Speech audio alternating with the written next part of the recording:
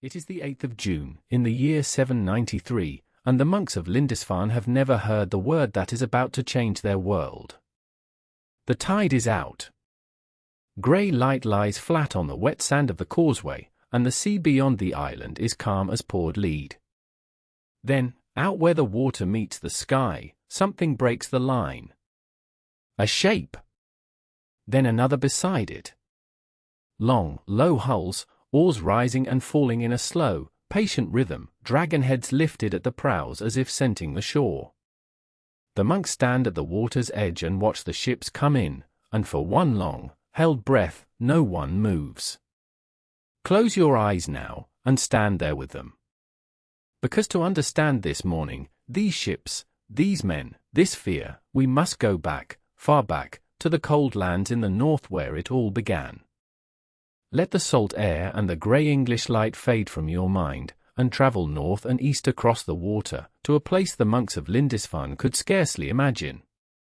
Here the land does not slope gently into the sea. It plunges. Along the western edge of Norway, the mountains fall straight into the water, and the sea reaches inland between them in long, dark fingers, the fjords, drowned valleys carved by ice that melted away lifetimes beyond counting. Picture one of them at dusk. The water is black and still, so still it holds the mountains upside down within it. On either side, walls of grey rock climb hundreds of feet, streaked with the white threads of waterfalls. A thin band of green clings to the shoreline, and on that green, a single farm, a long house of timber and turf, smoke rising slow and straight from a hole in its roof. Beyond it, nothing but forest and stone and the climbing dark. This was the world into which the Vikings were born. Not a kingdom. Not a city. A scattering of small, stubborn lights along the edges of an immense and unforgiving land. The people who lived here had no single name for themselves. They were farmers first, and they thought of themselves by their valley, their family, their local chieftain. To the south, in what we now call Denmark, the land was gentler, low and rolling, a country of flat fields and shallow coasts and islands strung like beads across cold blue water, where the wind came unbroken off the North Sea and bent the barley in long silver waves. To the east lay Sweden, a country of deep forests and countless lakes, of pine and birch and long straight rivers that ran, though few yet knew it, all the way down toward distant southern seas. And through all of it, binding these different lands together, ran one common truth: winter. The long, dark, patient winter that shaped everything these people were. Feel how the year turned for them. In high summer, in the far north, the sun barely set at all, a long amber dust that slid along the horizon and rose again without ever letting the dark come fully down. The nights were pale and short, and there was work in every waking hour. But summer was brief, a narrow window of warmth and light, and everyone knew it. The other face of that gift was the winter, when the sun hung low and weak and gave up early, and the darkness came down like a lid. For weeks in the deepest north, the sun did not clear the mountains at all. The world shrank to the reach of the firelight. And so the rhythm of life here was not the easy, forgiving cycle of warmer lands. It was a held breath. A race. Grow, gather, store, survive, and then endure the long dark until the light returned. That rhythm made a certain kind of person. To live here, you needed three things above all, and the people of the north knew them by heart. You needed iron, for the axe that felled the tree, the scythe that took the hay, the knife that did 100 daily tasks, the cauldron that hung above the fire. The bogs of Scandinavia held iron ore, and men learned to draw it out with charcoal and patient heat, hammering it into tools and, when they had to, into weapons. You needed timber. The endless forests gave the beams of the longhouse, the planks of the boat, the fuel that kept death at bay through the cold months. And you needed the sea. Always the sea. Where the mountains made travel by land slow and cruel, the water was the road. A man in a good boat could reach his neighbor, his market, his kin, far faster than any man on foot. From childhood, the people of the coast knew the moods of the water the way inland folk knew their fields. Step now inside one of those longhouses, out of the wind. It is a single long room, low and dim, its walls of timber and packed turf, its roof steep against the snow. Down the center runs a hearth, a line of fire on the earthen floor, and the smoke drifts up through the rafters and out a gap in the roof, so the air is always faintly blue and sharp with wood smoke. Along both walls run raised wooden platforms, benches by day, beds by night, where the whole household sleeps wrapped in wool and furs, close together for the warmth of it. And it is not only people who shelter here. In the coldest months, the cattle are brought in under the same roof, penned at one end, their breath and their bodies adding to the warmth, their soft shifting a sound in the dark. Here a family lived out the long winter, 3 generations, perhaps, and the servants and the thralls, the enslaved who did the heaviest work. Here they mended tools and spun wool and told the old stories while the fire burned low and the wind searched the walls for a way in. And they did tell stories. For all its hardness, this was not a silent world. Around those winter fires lived a whole invisible country of gods who were not distant and serene but quarrelsome and mortal and near. One-eyed Odin, who traded an eye for wisdom and wandered the world in a grey cloak. Red-bearded Thor, who drove his goat-drawn chariot across the thunderheads and kept the monsters of the dark at bay. And beneath all their tales ran a strange and clear-eyed courage, a sense that even the gods themselves would one day fall, and that a life was measured not by its length but by how it was spent, and by what men remembered of you after. A good name outlived a body. That belief, whispered from the old to the young across 1,000 winter hearths, would one day carry men a very long way from home. But not yet. In these years, the 7th and 8th centuries, the world of the north was still turned inward. Its people farmed and fished and fought their small local wars and buried their dead in the earth of the valleys where they were born.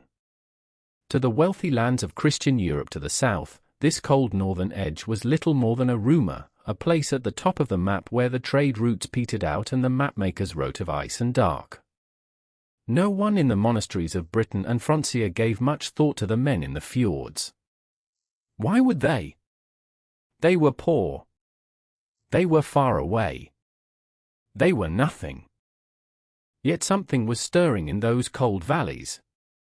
The farms along the fjords were filling up. There were more sons than there was good land to divide among them, more restless young men than the narrow shorelines could hold. And along those same shores, in the boat sheds and the beached hulls, the craft of shipbuilding was quietly, steadily becoming something the world had never seen before. The pieces were gathering, the hunger, the skill, the hardness, the hunt for a name that would outlast a life. All that was missing was the vessel that could carry it across the open sea. And in the long-keeled shadows of those sheds, that vessel was very nearly ready. Before those ships slid into the water, before the first oar bit the grey sea, there was a picture the Norse carried in their minds, a way of seeing the world that shaped how they lived, and how they were willing to die. To understand the men in the fjords, you have to lie down for a moment inside their imagination. So let the fire settle low. Let the room grow dark. And picture, at the center of everything, a tree. Not a tree like the ones outside your window. This was the great ash, Yggdrasil, and the Norse believed it held the whole of existence in its branches and roots. Imagine a trunk so vast that no eye could take it in, rising up through mist and cloud and out beyond the stars, and roots that plunge down through unimaginable depths into wells of memory and fate. From this single tree hung 9 worlds, threaded through its limbs like lanterns in a winter forest.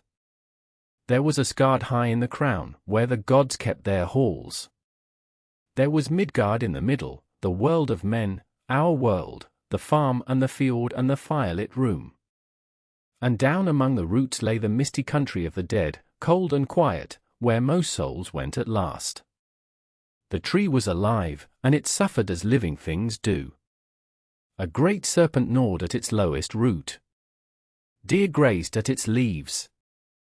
A squirrel ran up and down its trunk carrying insults between the eagle at the top and the serpent below, a small, restless creature in an enormous stillness. And at the foot of the tree sat 3 women, the Norse, who watered the roots from a sacred well and carved the fates of every living thing into the wood.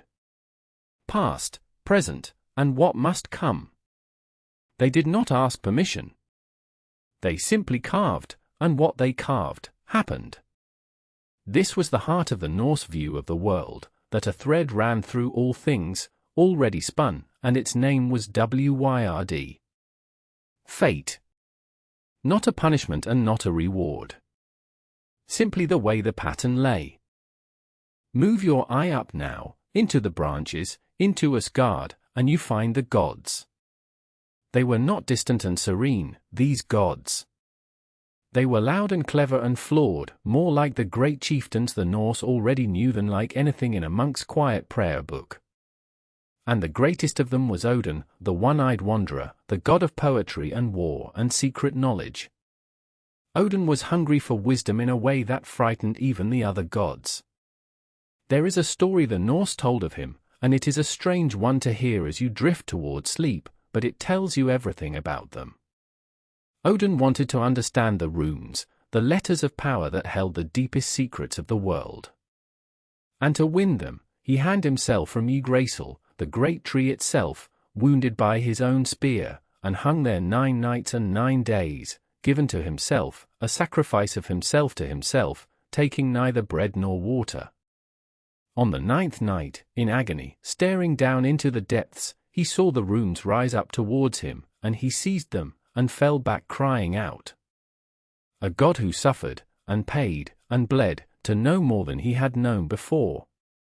That was a thing worth admiring, if you were a Norseman. And Odin had already given an eye, long before, dropping it into a well in exchange for 1 draught of its wisdom-giving water. Wherever you met him after that, a grey traveller in a wide-brimmed hat, one eye gleaming, appearing at the edge of a feast and vanishing before dawn, you knew that knowledge always cost something, and he had paid. Beside Odin stood his son, and here the mood changes, warms, grows simpler. Thor. Red-bearded, enormous, quick to laughter and quicker to anger, the friend of farmers and sailors and ordinary folk.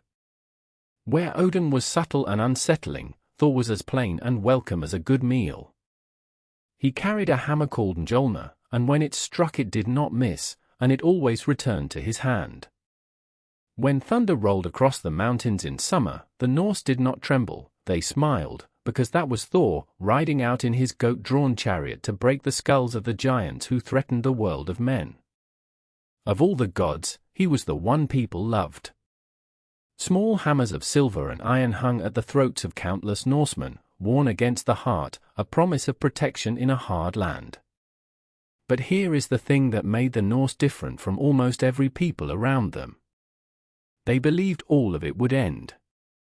Not in glory that lasted forever, but in ruin. They had a word for it, Ragnarok, the doom of the gods, the twilight of everything.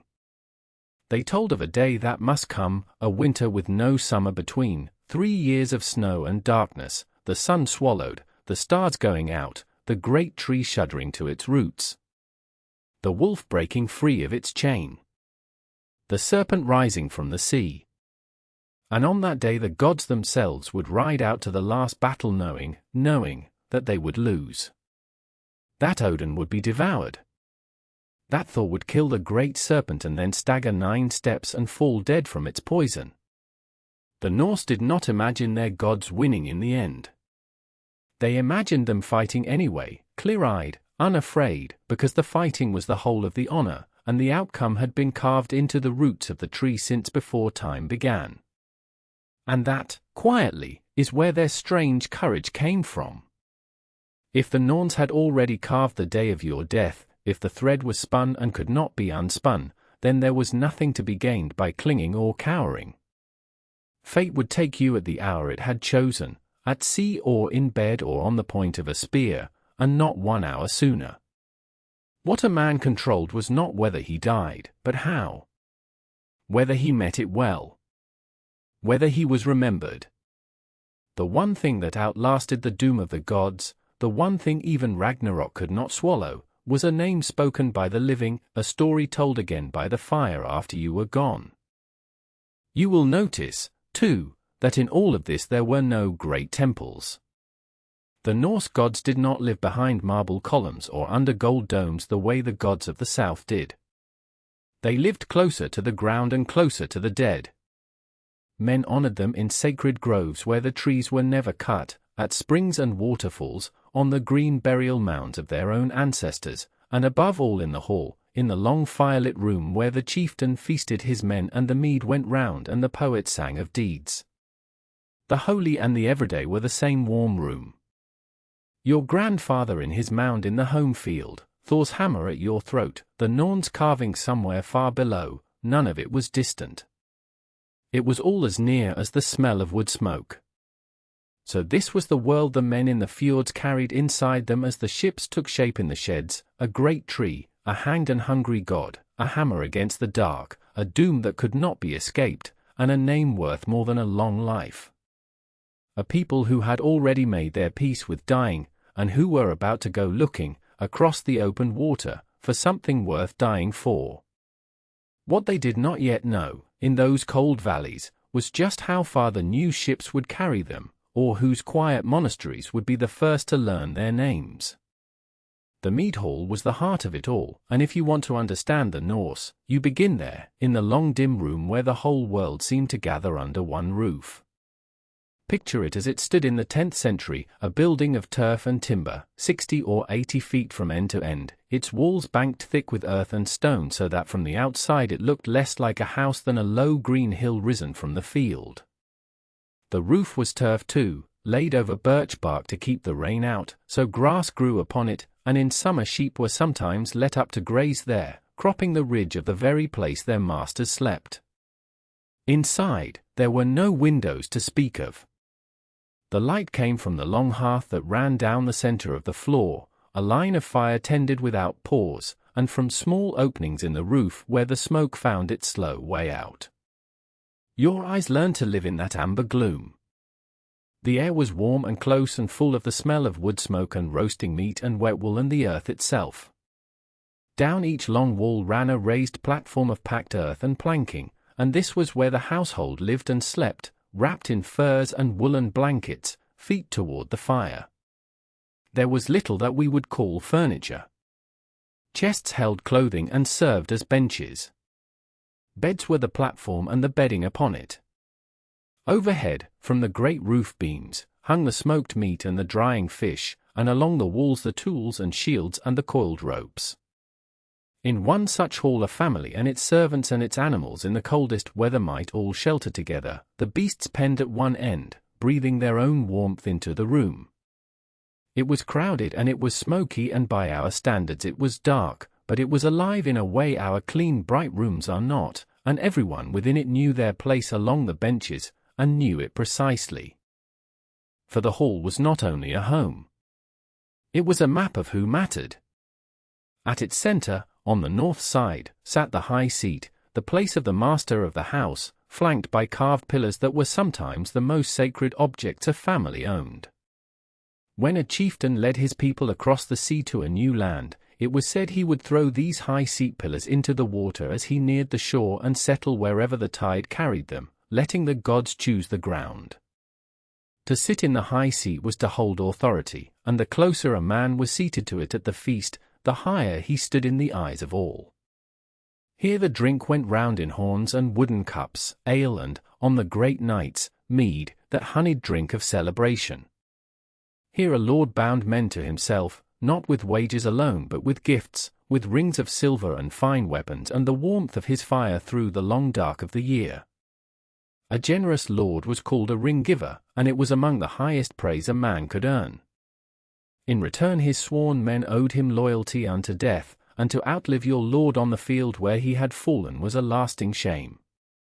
This was the bond that held the warrior world together, spoken not in contracts but in the giving of gifts across a fire. Yet most of the Norse were not warriors sworn to any lord. Most were farmers, free men and free women who worked their own land, and it was on their broad shoulders that the whole society truly stood. The free farmer, the bondee, was the backbone of that world. He owned his ground or rented it, he raised his cattle and his sheep, he sowed his barley and his oats in the thin northern soil, he fished the fjord and cut the hay that would keep his beasts alive through winter. He owed no man his obedience simply for being born beneath him. He carried weapons as his right, and he had a voice. And that voice was heard at the assembly, at the thing. The thing is perhaps the strangest and most striking thing about these people, at least to us who imagine the Vikings only as raiders. For here was a society with no kings in the way we mean it, or with kings whose power was hemmed in on every side, and instead of a throne to settle disputes there was the assembly of free men, gathered in the open air. At set times through the year the farmers of a district would leave their steadings and travel, sometimes for days, to a fixed and ancient place, often a flat plain beneath a rock or a rise of ground where a man's voice would carry. There they pitched their booths, low walls of turf roofed over with cloth, and there they camped for the duration, and the assembly became a kind of great fair, a court, a parliament, and a reunion all at once. Old friends met. Marriages were arranged.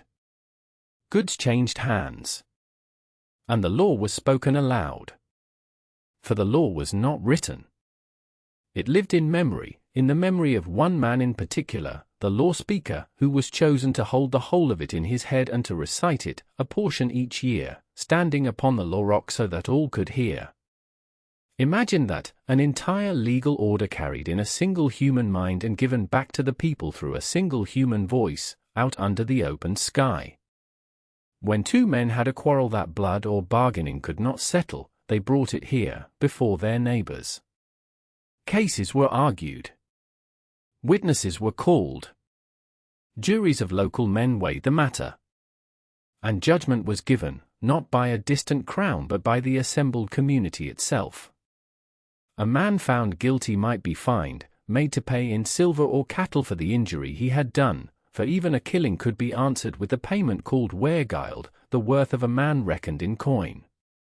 Or, for the worst offences, he might be declared outlaw, cast beyond the protection of all law, so that any man might kill him without penalty and none would shelter him.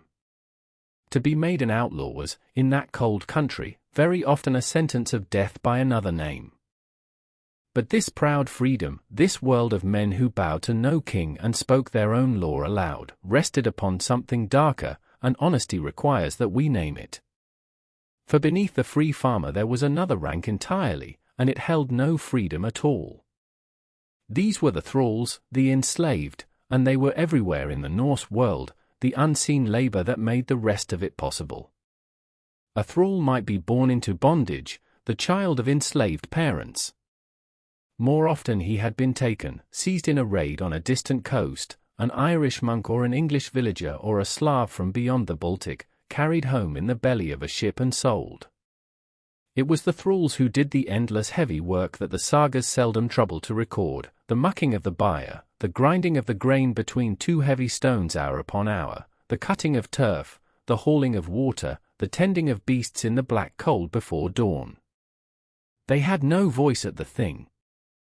They could hold no property of their own. In the eyes of the law they were less persons than possessions, and their labor was the quiet foundation on which the warm hall and the proud assembly and the whole comfortable order of things was raised. So there it stands, the human architecture of that northern world, the ring-giving lord in his high seat, the free farmer with his weapon and his vote, the enslaved man grinding grain in the dark, and the law spoken aloud beneath the open sky where no crown could silence it. It was a world in balance, and it worked. But it was hungry too, hungry for silver, for land, for the thralls that raiding brought home. And the same ships that were taking shape in the sheds of the fjords, the ships built to carry that hunger, were about to slip out past the headlands and go looking for it across the grey water. What none of those sleeping households yet knew was where the ships would make their first landfall, or which quiet, undefended place would be the first to hear the sound of them coming. come away from the firelight now, away from the sleeping households and their laws, and walk down instead to the water's edge, to the long shed by the shore where the smell of oak shavings and warm pine tar hangs in the dark. This is where the whole story begins, not in the mind of any king or the greed of any raider, but here, in the patient hands of men who understood with the way a musician understands silence. For everything you have heard so far, and everything that is to come, rests upon a single object. A ship. And not just any ship, but a particular kind of vessel, shaped over generations, that would carry the Norse to the edges of the known world and beyond. Picture it taking form. A long, slender hull, sometimes 70 feet from stem to stern, curving upward at both ends like the horns of a crescent moon. There is no rigid distinction here between bow and stern in the way you might expect.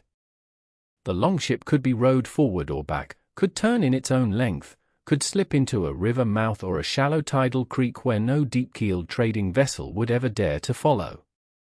And that was the secret of it. That was the terror of it. A longship drawing only a few feet of water could run straight up onto a gently shelving beach, and the warriors could step out dry-shod onto the sand before anyone on the shore had time to understand what the low grey shape on the horizon had meant. To build one was a labor of extraordinary skill, and it began not with a saw but with an axe. The shipwrights chose a tall, straight oak and split it along the grain, following the wood's own line so that each plank kept its natural strength, its long unbroken fibers running the length of the board. A plank cut this way, riven rather than sawn, would flex and give with the sea instead of fighting it. Then came the method that gives these ships their name in the boat builder's tongue, clinker-built, or lap-strake, each plank, each strake, overlapping the one below it like the feathers of a bird or the tiles on a steep northern roof. The overlaps were fastened with iron rivets, hundreds upon hundreds of them, hammered through and clenched tight over small square washers called roves on the inside of the hull. Between the planks the builders pressed caulking of tarred wool or animal hair, and over everything they painted the dark pine tar that waterproofed the wood and gave the whole vessel its faint, resinous, unforgettable smell. The result was a hull that was not stiff and heavy but supple, almost alive. When a longship met a great swell, it did not shudder and resist. It twisted, it breathed, it worked with the wave and let the water pass beneath it. Sailors spoke of a good ship as though it were a living creature, and in a sense they were right, for a vessel built like this could ride out seas that would have shaken a rigid boat to splinters. The keel ran the length of the hull like a spine, a single great timber that gave the ship its backbone and let it hold a course under sail.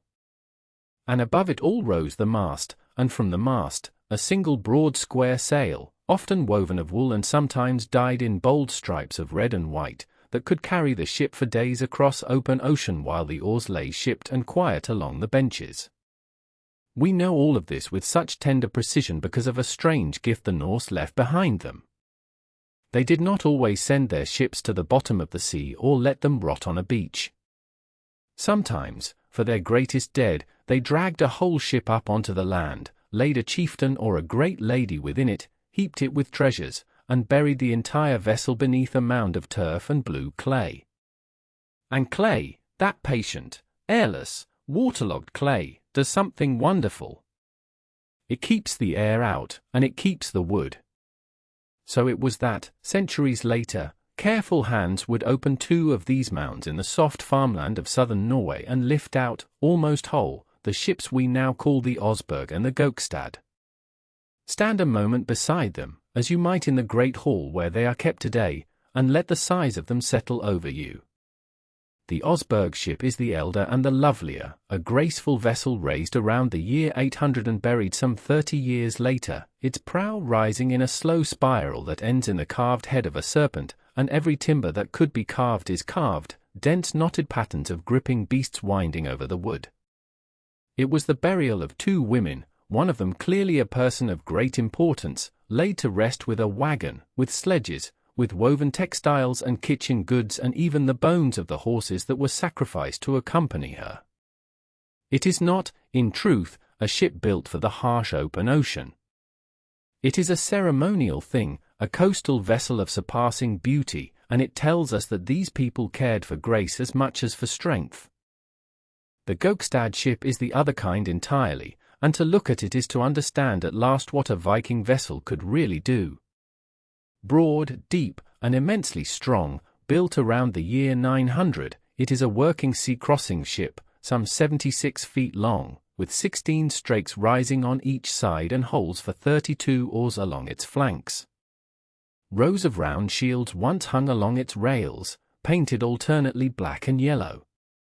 This was no burial ornament but a true ocean-goer, and we know it, because in the 1890s a group of Norwegians built an exact copy of the Gokstad ship and sailed it across the whole width of the Atlantic to America in less than a month, the hull flexing so much in the great waves that the gunwale itself twisted and rose and fell by inches, and yet held. Everything the sagas hinted at, that pliant, living hull carried them safely through. So take the measure of what these people had made. Not a weapon, not a fortress, but a tool of astonishing subtlety, a vessel that could cross 1,000 miles of grey Atlantic and then, at the end of that ocean, slip silently up a shallow English river and land a war band on a beach that no navy had thought to guard. Speed and reach and stealth, all in one long, low, beautiful shape. The farmer with his vote and the lord in his high seat and the law spoken beneath the open sky, all of that was the world these people had built for themselves at home. But the longship was the thing that let them leave it, that let them vanish over any horizon and appear, without warning, on somebody else's.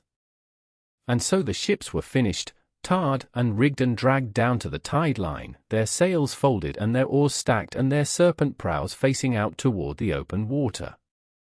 The men who would crew them were sharpening iron in the long light of a northern spring, and somewhere across that grey and trackless sea lay a coastline they had heard of only in traders' tales, a place of low green hills and undefended treasure, of monasteries full of silver and gold and no walls worth the name.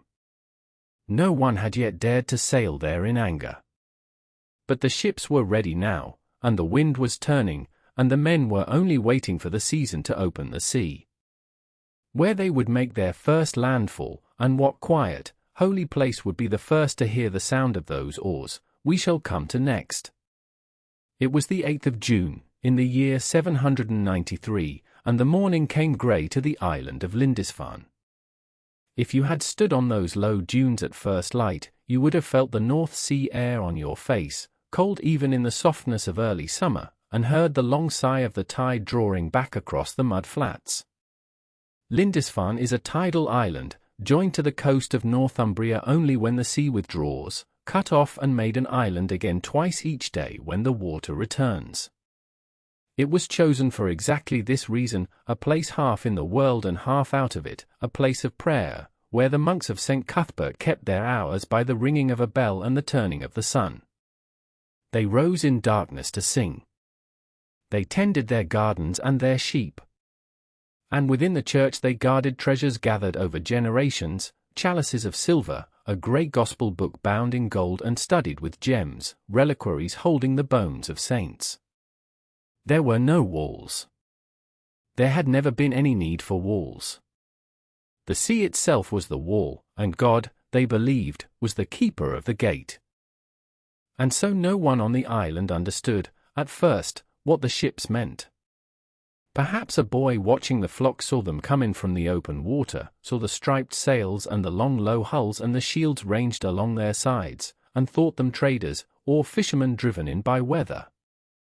There would have been a strange quiet as the keels ran up onto the shingle, a quiet before the noise, and then men were coming ashore, more of them than the island had ever received in a single day, and they were carrying axes and swords, and they were not smiling, and they did not stop. What followed we know only in fragments, in the anguished lines of those who heard of it afterward, but the shape of it is plain enough. The raiders went straight for the church, for the wealth they had somehow known would be there. They tore the ornaments from the altar.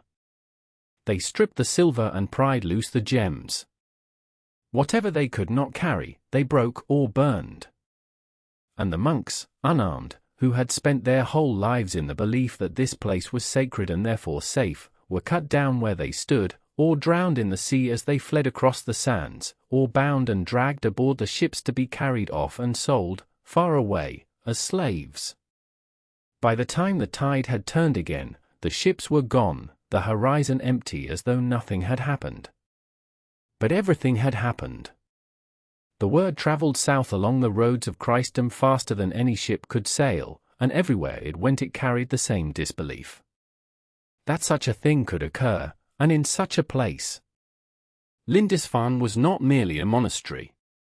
It was one of the holiest sites in all of Britain, the cradle of northern Christianity, the home of Cuthbert whose incorrupt body was said to work miracles. To strike there was not simply to rob a treasury. It was to prove that the treasury of heaven itself could be broken open, that the holy could be violated, that the old certainties were not certain at all. And so the letters began. The most famous of them was written by a scholar named Alcuin, a Northumbrian by birth, a man of Lindisfarne's own country, who had risen to become the great teacher at the court of Charlemagne, far away in the Frankish kingdom.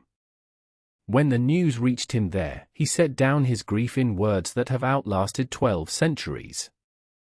Never before, he wrote, had such a terror appeared in Britain as they now suffered from a pagan race. Never was it thought that such an inroad from the sea could be made. Behold the church of St. Cuthbert, he wrote, spattered with the blood of the priests of God, stripped of all its ornaments, a place more venerable than all others in Britain given as prey to pagan peoples. He wrote to the King of Northumbria and to the Bishop of Lindisfarne, searching, as frightened people do, for a reason. Perhaps it was punishment, he thought, for the sins of the English themselves, for their luxury and their pride and their forgetting of God. He could not conceive of it as mere misfortune. Something so terrible had to mean something. And in the years to come, as the raids returned, again and again, the churchmen would add a line to their prayers that would echo down the whole age that was beginning. From the fury of the Northmen, O Lord, deliver us. But why now? That is the question that hangs over that grey morning, and it is worth turning over gently in the dark. For the Scandinavians had always been there, across the water, and they had always known how to sail. The monasteries had stood undefended for generations, their wealth accumulating quietly, and no one had come for it. What changed? There is no single answer, and the honest ones are woven from many threads. The ships themselves had changed, the long, supple, seaworthy vessels we spoke of before, now capable of crossing open ocean and striking a distant shore and vanishing before any defense could gather. Word had changed, too, for the traders who plied these waters carried back more than furs and walrus ivory, they carried knowledge of where the soft, rich, unguarded places lay. And in the homelands there were pressures pushing men outward, a growing population on land that was hard and scarce, chieftains hungry for the silver and the reputation that raiding could bring, younger sons with no inheritance and everything to gain from a season spent hunting other men's wealth. For that, in the end, is what the raiders were seeking. Not conquest, not yet, and certainly not the destruction of a faith they scarcely understood. They wanted portable wealth, silver above all, the metal that could be weighed and shared and turned into rings to bind loyal men to a generous lord. They wanted captives, who could be sold in the slave markets that stretched from Dublin to the distant east. And they wanted the thing that silver and captives bought, which was standing, the glittering proof of a bold voyage survived, the story a man could carry home and be measured by. To them a monastery was not a holy place at all. It was simply the richest building on an undefended coast, its guardians unarmed, its treasures gathered helpfully into a single room, its god, whatever he was, plainly unwilling or unable to lift a hand. It was, to a raider's eye, almost an invitation. And so the age had drawn its first breath. What had happened at Lindisfarne was not an ending but an opening, the first page of a story that would run for nearly 300 years. Along every coast where a river met the sea and a church stood near the water, men would begin to watch the horizon differently now, to feel a new unease when a sail appeared where the sky met the waves. The sea, which had been a wall, had become a road, and it led inward, toward them. The following year the raiders would strike again, and the year after that, and slowly the raids would lengthen into stays, and the stays into settlements, until the map of the north itself began to change. But that lay ahead, unseen. For now there was only the empty shore at Lindisfarne, the broken altar, the silence where the bell had rung, and the growing knowledge, spreading outward across the Christian world, that the men who had come from beyond the edge of the sea would be coming back. The year turned, as years do, and the sea did not forget the way it had learned. What had happened at Lindisfarne was not an ending but a rhythm beginning to find itself, and in the seasons that followed, that rhythm spread along the coasts of the north like a tide that came a little higher each spring. In 795, only 2 summers after the monks of Holy Island had watched the sails come in, the longships turned west and south, and now it was Ireland's turn to feel the shadow pass across the water. They came to Rathlin, a low green island off the northern coast, where a small community of monks kept their prayers and their few treasures, and the church there was burned. In the same season they touched the Isles of the Hebrides, and somewhere in those scattered waters they found the place that would come to matter most of all, the island the Irish called and history would call Iona. Iona was not merely a monastery. It was the heart from which the faith of the Northern Isles had spread, the house that Columba had founded 2 centuries before, a place of libraries and illuminated gospels and the bones of saints, sitting almost defenseless on a flat shore where any ship could land. To the men who came out of the east it was not holy. It was simply rich, and undefended, and close to the sea, which was everything they needed it to be. They raided it in 795, and the memory of that visit did not keep them away. They came again in 802, and burned it. They came a third time in 806, and on that day 68 members of the community were killed on the strand that the survivors would afterwards call the Bay of Martyrs. And here you can begin to see the thing that was changing, slowly, beneath the surface of these years. The first raids had been a thief's work, a grab and a flight. But to return 3 times to the same island, to know its seasons and its weakness and its wealth, to come back for what had grown again in the years between, that was something more deliberate. That was knowledge. The Norse were learning. They were learning the calendar of the Christian world, which was, in its way, a calendar of undefended abundance. They learned that the great feast days drew pilgrims and offerings to the coastal churches, that harvest filled the storehouses, that a monastery on an estuary would have silver on its altar and grain in its barns and no wall worth the name around either. They learned the winds, which in the northern spring and summer would carry a ship west from the Norwegian fjords across the open water to Shetland and Orkney, and from there down the whole ragged edge of Britain and Ireland. They learned that a shallow-drafted ship could go where no deep-hulled vessel could follow, up the tidal rivers, into the soft inland country where the monasteries clustered because the rivers had always been the roads of trade. The very things that had made these places prosperous, their nearness to water, their openness, their trust in the sea as a boundary that kept the world at a gentle distance, were the things that now made them prey. And so the map of the raids widened, year upon year, until it was no longer a matter of one island or one coast but of a whole world of shorelines learning the same lesson at nearly the same time. The ships came to the coast of Wales and to the little kingdoms of the Irish Sea. They came to the mouths of the rivers that opened the interior of Francia, that vast and powerful realm that the Emperor Charlemagne had bound together in the years before he died. While the old emperor lived, the coasts of his empire were watched, and he had ordered fleets and guard posts set along the Channel shore, for he had seen the danger and named it. But an empire is a wide thing to guard, and the sea is patient, and the men who came in the ships did not need to defeat an army. They needed only to find the one river mouth that was not watched on the one week that the fleet was elsewhere, and there were always such rivers, and always such weeks.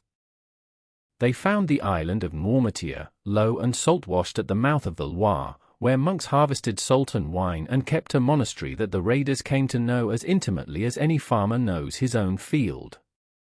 They found Dorstad, far up the Rhine, one of the greatest trading towns of the whole northern world, a place of wharves and warehouses and merchants where the wealth of half a continent changed hands, and in the years to come they would return to it again and again until its name became a byword for a town that could not be kept safe.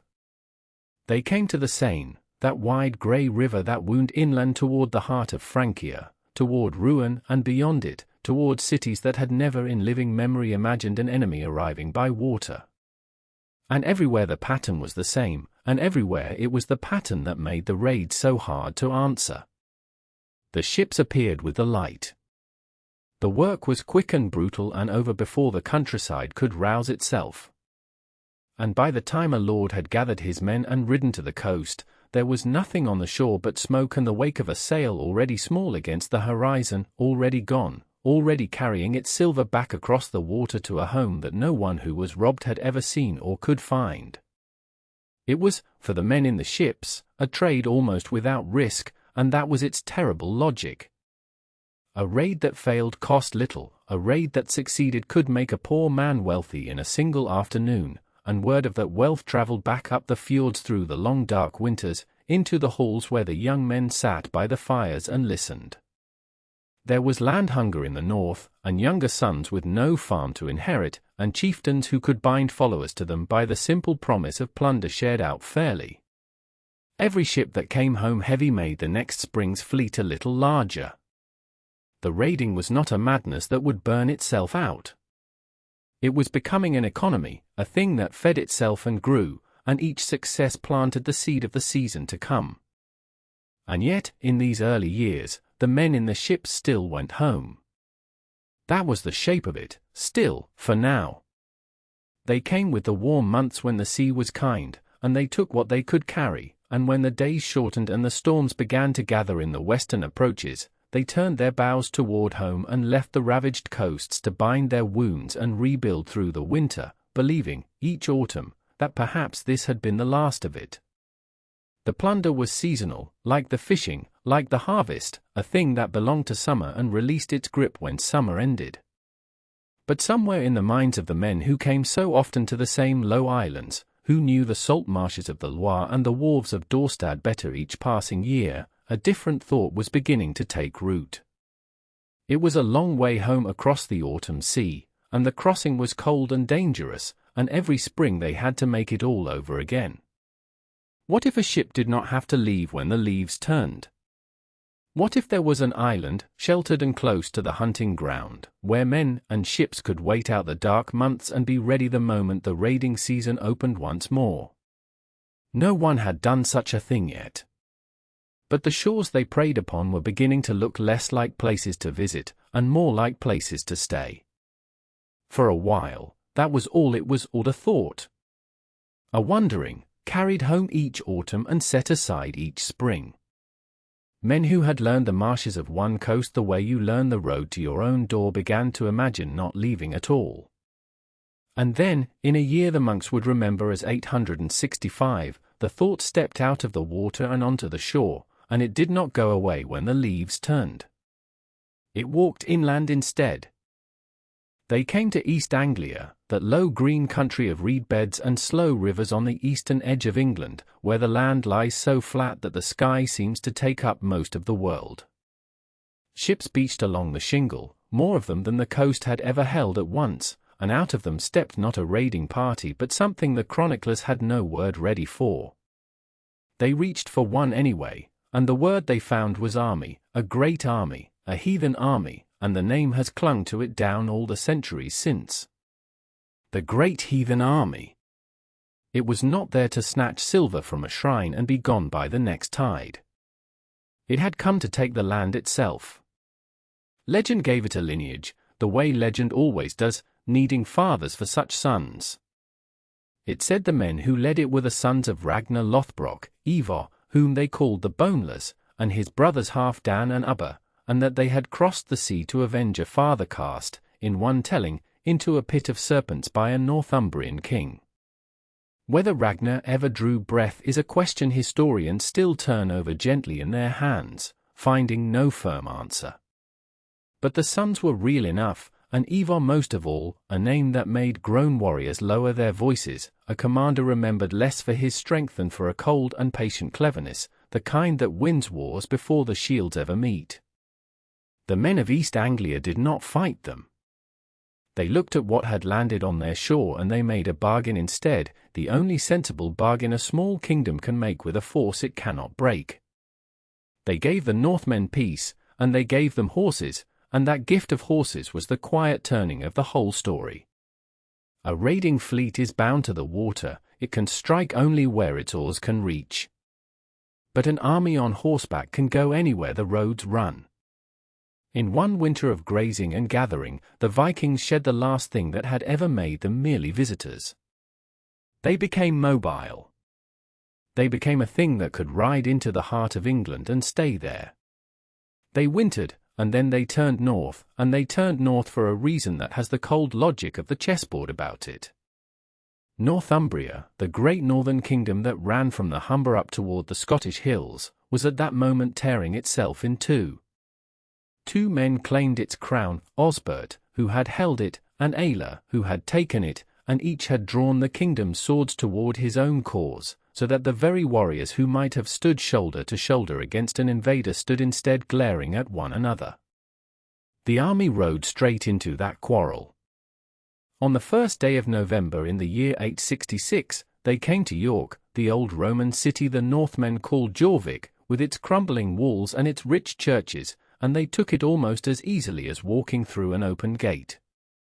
Only then, with the enemy inside their capital, did Osbert and Aelle remember they were kinsmen of a kind, both Northumbrians, both about to lose everything. They set aside their war and joined their armies and came against the city together.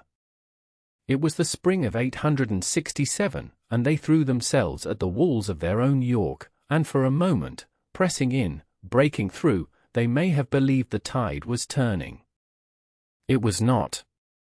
Inside the streets the fighting closed around them, and when it was done both kings lay dead among the ruins of the thing they had fought each other so long to own. Northumbria, the proudest kingdom of the north, the land of Bede and Lindisfarne and 100 years of golden manuscripts, had a Viking garrison in its heart and no king left alive to raise against it. The army set up a puppet to rule in their place, a compliant man who would keep the peace and pay what was asked, and rode on, unhurried, to find the next kingdom whose walls were worth the leaning of a shoulder. They wintered where they pleased now, in Mercia, in the Midlands, and the king of Mercia sent all the way to distant Wessex for help and, when the two armies faced the Danes across a fortified town, chose in the end to pay them to leave rather than to fight them, buying, as East Anglia had bought, a season of quiet at the price of a treasury. And so the pattern set itself, kingdom by kingdom, like frost spreading across a window in the night, the ships, the horses, the winter camp, the quarrel exploited, the crown emptied, the tribute weighed out in silver, and then the riders moving on again beneath a grey sky, always somewhere new, always harder to be rid of than before. In the end the wheel turned back to where it had begun. In 869 the great army returned to East Anglia, the very kingdom that had given it horses and peace for years before, thinking a bargain would be honoured. But a bargain with a force that has since swallowed Northumbria is worth only as much as that force allows, and this time there was no peace on offer. The king of the East Angles was Edmund, a young ruler about whom, in life, we know almost nothing, and about whom, in death, England would come to know a very great deal. He met the army in the field, and he was beaten, and he was taken. What happened to him then passed out of history and into something closer to prayer. The stories told in the abbeys afterward said that Edmund was offered his life if he would rule as the Danes' man and share his kingdom with heathens, and that he refused, because a Christian king could not in conscience do it, and that for his refusal they bound him to a tree and made him a mark for their arrows, loosing shaft after shaft until, as one old writer put it, he bristled with them like a thistle, and still he would not yield, and so at the last they struck off his head. Within a generation men were calling him Saint Edmund, and a great abbey would rise over his bones, and pilgrims would walk a long way across that flat East Anglian country to kneel where he lay. But on the day it happened there was no shrine and no saint, only another dead king, and another crown gone quiet, and the Northmen standing masters of a fourth English realm. Northumbria had fallen. East Anglia had fallen. Mercia had bent and paid and would not stand long. In the space of 5 short years the map of England had been redrawn in a hand no Englishman had chosen, and of all the old kingdoms that had shared the island only one still stood whole and unbroken, away to the south and west, behind its own rivers and downs.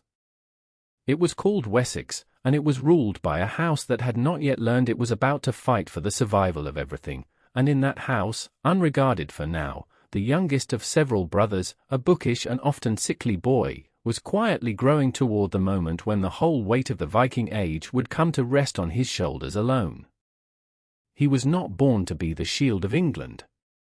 He was the last of 5 brothers, a slight and studious child who, it was said, loved the old songs and the illuminated pages more than the sword, and who carried some quiet, chronic ailment in his body all his life. Yet one by one the elder brothers went before him, into the earth, into the long list of kings who ruled a season and were gone, until the crown that no one had meant for him came to rest on his head. His name was Alfred, and when he became king of Wessex he inherited not a kingdom at peace but a kingdom at bay, the single unbroken realm left standing while the whole north and east of the island lay under Danish rule. For years he did what the kings before him had done. He fought and he paid. He won small victories and swallowed large defeats. He bought time with silver when he could not buy it with blood, and he watched the great host move about the island like weather, settling here, striking there, always closer. And then came the winter that nearly ended everything. In the deep cold after Christmas, when no army was supposed to be moving, when men expected to be sitting by their fires until the roads dried, a Danish force under a leader named Guthrum came down on the royal estate at Chippenham without warning and took it whole. It was the kind of stroke that decides wars in a single night. The court scattered. The men of Wessex who could not reach the king submitted to the invaders or fled overseas. And Alfred, the king, the last king, did not ride out to meet a great battle in the open field, because there was no army left to gather. He went into hiding. You should picture the country he fled into, because it shaped everything that followed. In the west of his kingdom, in the flat lands of Somerset, the rivers spread out at that season into a wide, drowned wilderness of reed and black water and shifting islands of firmer ground, a marsh so vast and so treacherous that no host could march across it and no stranger could find his way through it. In the heart of that marsh lay a low rise of dry land called Athelney, barely an island at all, ringed by alder and bog and the slow brown creep of the floodwater. There, in the first months of the year, the King of Wessex made his refuge, not in a hall, not behind stone walls, but in a hidden place at the edge of the reeds, living hard among a handful of loyal men, going out in small bands to strike at the enemy and slipping back into the marsh before the blow could be answered. It is from these months, when a king was reduced to a hunted man in a swamp, that the old stories grow, the tale, told long afterward, of Alfred sheltering unknown in a poor woman's cottage, so lost in his own black thoughts that he let her loaves burn on the fire and was scolded for it by a peasant who had no idea she was rebuking the king of the West Saxons. Whether it happened or not, the story remembers a true thing, that the whole future of English rule had shrunk, for one bitter spring, to a single tired man beside a stranger's hearth, with nothing certain in the world but the water and the cold. But something was gathering in the marsh besides misery. From Athelney the king sent out quiet word, to the Thegns and the free men of Somerset, of Wiltshire, of Hampshire, to the fighting men who had not fled overseas but had gone to ground in their own country and were waiting to see whether there was still a king worth rising for. And slowly, through the wet weeks, the word came back that there was. In the 7th week after Easter, as the spring hardened toward summer, Alfred left the marsh and rode to an appointed meeting place, a great grey stone on the edge of the downs that men knew as Egbert Stone, and there, out of the countryside that everyone had thought was beaten, the men of the shires came to him. The chronicler says they were glad to see him, and you can feel across the centuries how much is folded into that plain word, relief and disbelief, and the strange fierce joy of men who had given a thing up for lost and found it standing before them after all. He was not a ghost, and he was not alone. He was the king, and he had an army again. They marched together against the Danes, and near a place called Eddington the two hosts finally met in the open, the thing Alfred had been unable to risk all winter, and now could not avoid.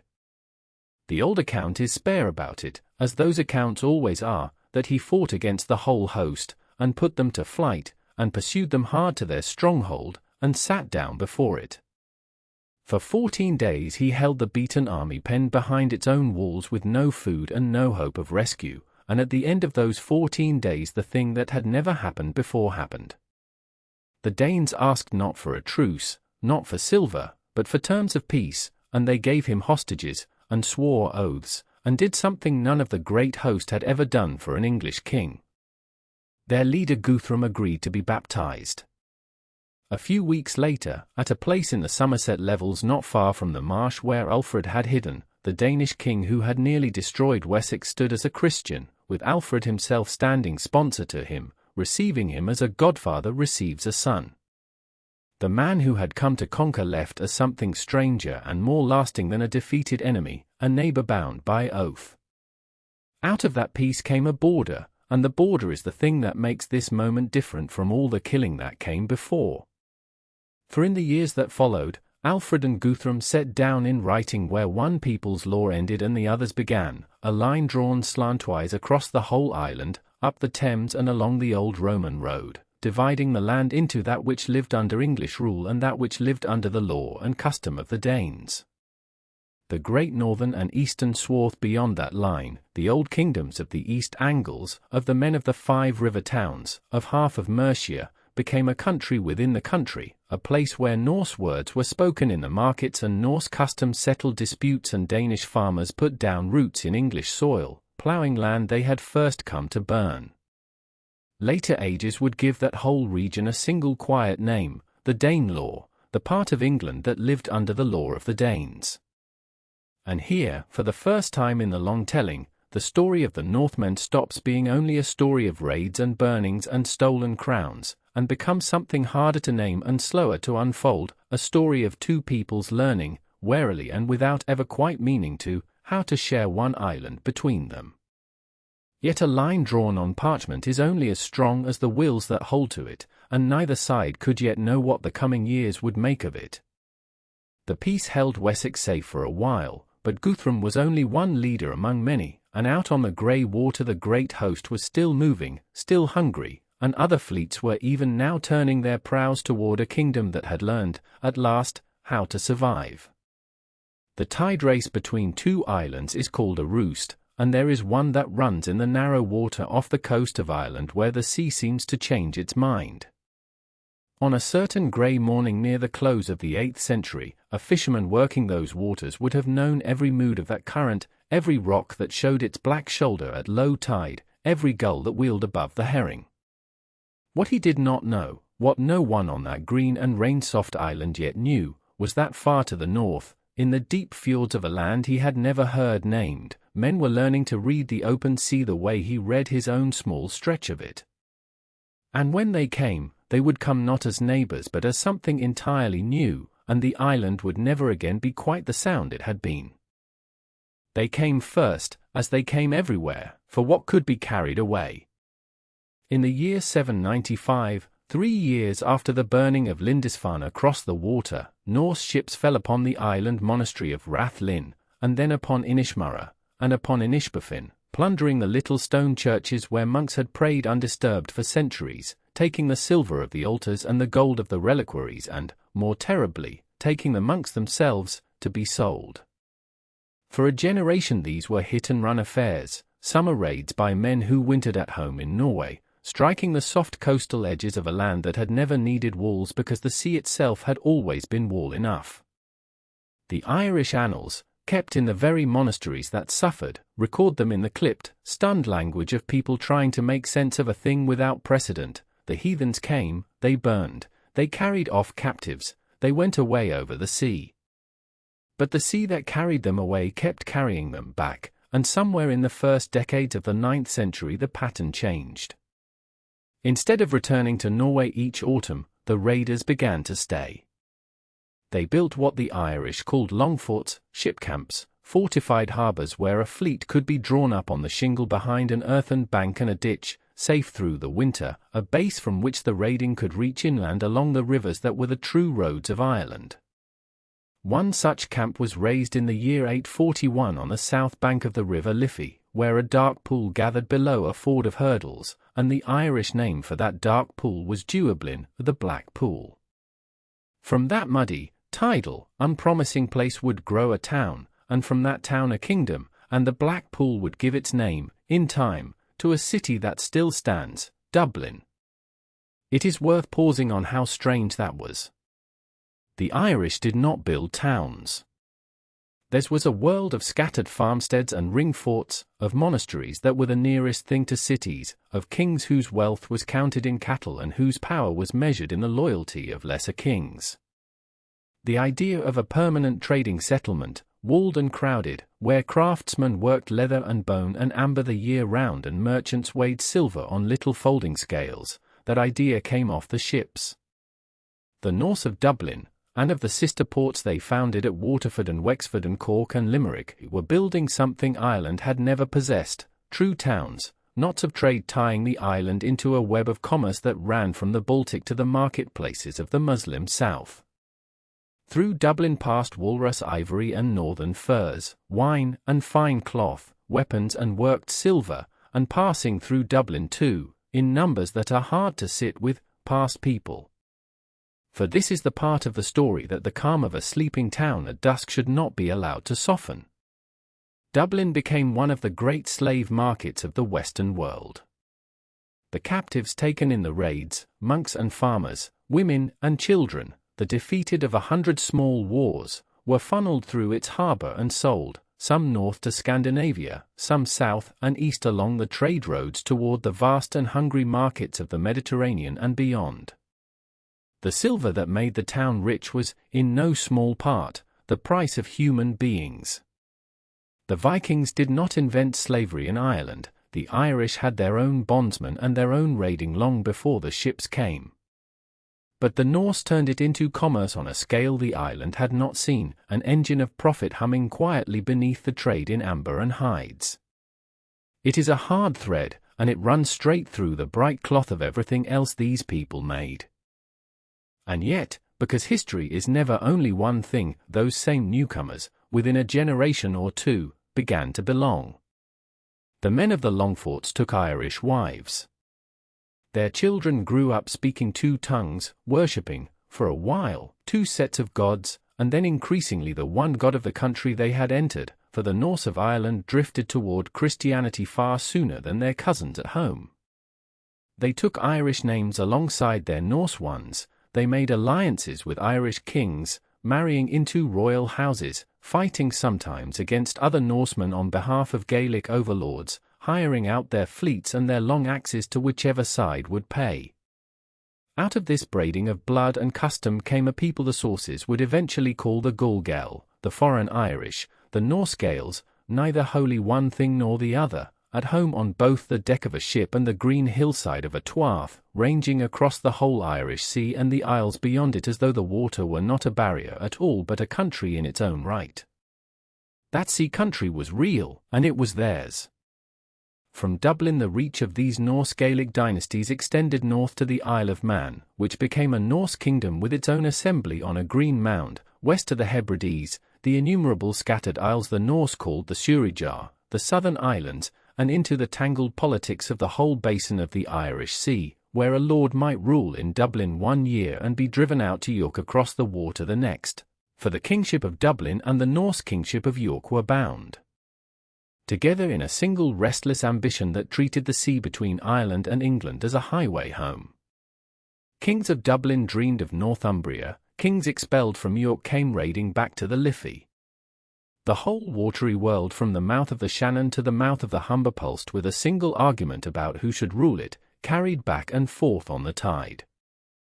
So the black pool deepened into something no raider on those first ships could have imagined, a city of craftsmen and slavers and Christian Norsemen, a hinge between Ireland and the sea, a kingdom that looked as readily to York as to the green kingdoms at its back.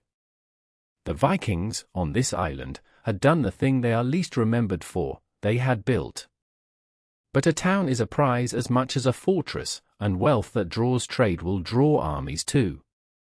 The Irish kings, who had first met these strangers as a bewildering scourge from the water, were learning, slowly, over long and bloody generations, to answer them, to bargain with them, to marry them, and at last to imagine driving them into the sea altogether.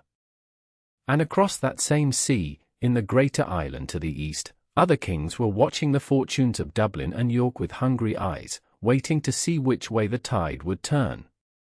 Turn your mind now away from the crowded harbours and the smoke of contested towns, away from the kings counting each other's ships across the narrow seas, and follow instead a single sail as it slips north and west, out past every coast the sagas had yet learned to name.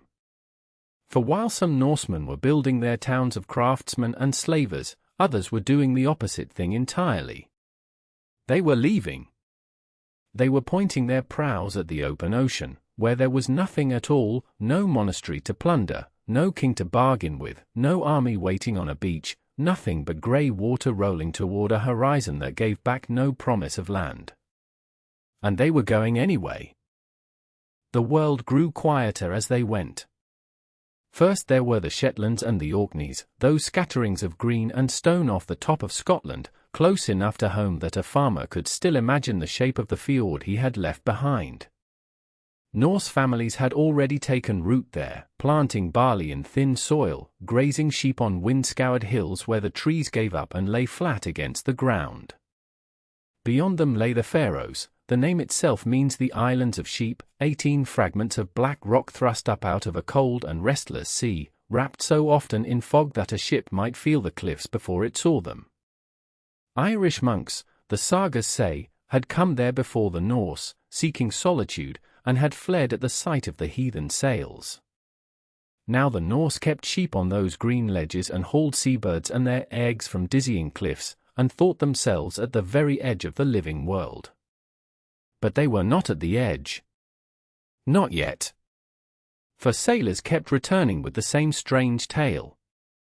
Blown off course, driven past the Faroes by storms that would not relent, they had glimpsed something enormous rising out of the northern sea. A great land, empty of men, crowned with white. A place where mountains breathed smoke and rivers ran warm from the ground, where the earth itself seemed unfinished, still cooling from its making. They gave it different names, and the names tell the whole story of how the Norse felt their way toward it. One man, Nadder, driven there by accident, saw snow falling on the high fells as he left and called it Snaeland, Snowland. Another, a Swede named Gerar, sailed all the way around it and proved it was an island, and for a time men called it Gerarsal after him. And a third, a fierce and single-minded Norwegian remembered as Rafnafloki, Ravenfloki, set out deliberately to settle there, carrying 3 ravens aboard to loose one by one, that they might fly toward any land he could not see. He found it.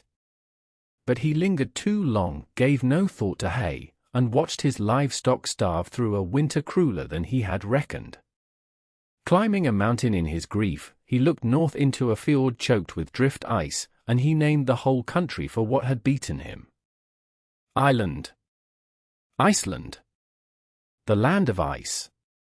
It was not a fair name, and Floki knew it even as he gave it, for the same island offered meadows deep in summer grass, and salmon crowding its rivers, and driftwood heaped along its shores, and warm water welling up from the rock to steam in the morning cold. But the name held. And here is the quiet marvel at the heart of this: for the first time in the long human story, men and women were about to settle a land where no one had ever settled before. There were no natives to displace, no kingdoms to conquer, no gods already dwelling in the springs and stones. There was only the empty country, waiting, and whatever the newcomers chose to make of it. They came in earnest in the 870s, and they came for a reason that had nothing to do with plunder and everything to do with freedom. For back in Norway, a king had risen, Harald Fairhair, the sagas call him, who was doing to the fjords what other kings were doing to England and Ireland, gathering scattered chieftains under one crown, breaking the old independence of men who had never in their lives called anyone lord. To the proud farmers of the western fjords, each master of his own valley, this was intolerable. They had rather cross an ocean than bend a knee. And so, the tradition holds, they loaded their ships with everything a new life demands, cattle and horses, iron tools and seed corn, the carved timbers of their high seats, their wives and children and the men and women they held as slaves, and they sailed away from a king toward a country that had none. There is a whole book that remembers them, the Landnamabok, the Book of Settlements, which names hundreds of these first families and the very tracts of coast and valley each one claimed. Few migrations in all of history have been recorded with such tender, stubborn care. The one the Icelanders would always name as first was Ingolfur Arnason, who came with his wife and his sworn brother and, when at last the land rose out of the sea before him, did a thing that tells you everything about the spirit in which this country was born. He took the carved wooden pillars of his high seat, the sacred posts that had stood in his hall in Norway, the seat of his authority and his family's honor, and he cast them overboard into the waves. Wherever the gods carried them ashore, there he would build his home. He would let the new land choose him, rather than choose it himself. For 3 winters, so the story goes, his men searched the coast for those drifting pillars, and where they finally found them, on a wide bay where hot springs sent columns of vapor rising into the cold air, Ingolfur raised his farm and called the place Reykjavik, Smoky Bay, for the steam he mistook for smoke. 1,000 years later a city would stand on that spot. But on the day he found his pillars there was nothing at all, only the steam, and the black sand, and the enormous silence of a country with no history yet. Think of what they were undertaking as you drift toward sleep. A society being born from nothing, on an island of fire and ice at the very rim of the known world, by people who had chosen it precisely because it was empty. They brought their language and their gods, their laws and their long memories, their feuds and their poetry, and they had no king to tell them how any of it should be arranged. Everything would have to be invented, how they would settle a quarrel with no law to judge it, how they would divide the land, how they would keep the peace among proud men who had crossed an ocean rather than obey one.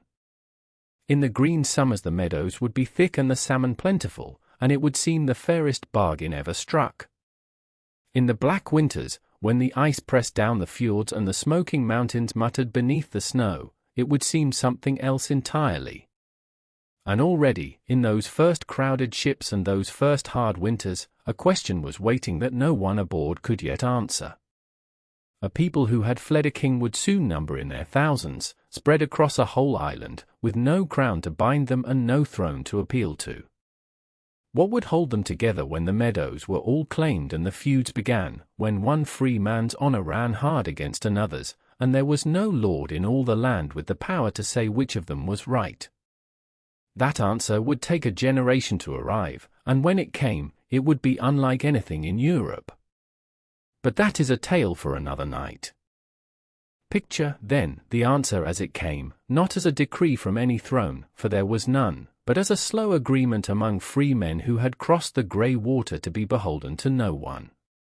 In the year we would come to call 930, or somewhere very near it, the settlers of Iceland did a thing that had never quite been done before in the whole of Europe. They founded a country without a king. And they gathered, once each summer, on a plain of black rock and green grass to govern themselves by nothing more, and nothing less, than the law they held in common. The place they chose was called Thingvellir, the Fields of the Assembly, and if you had stood there on a still June morning, you would have understood why it seemed made for the purpose. It lies where the earth itself is coming apart, though no one then knew the reason, a long, sunken valley walled on one side by a great wound of dark cliff, the rock rising sheer and fissured, streaked with moss the color of old copper.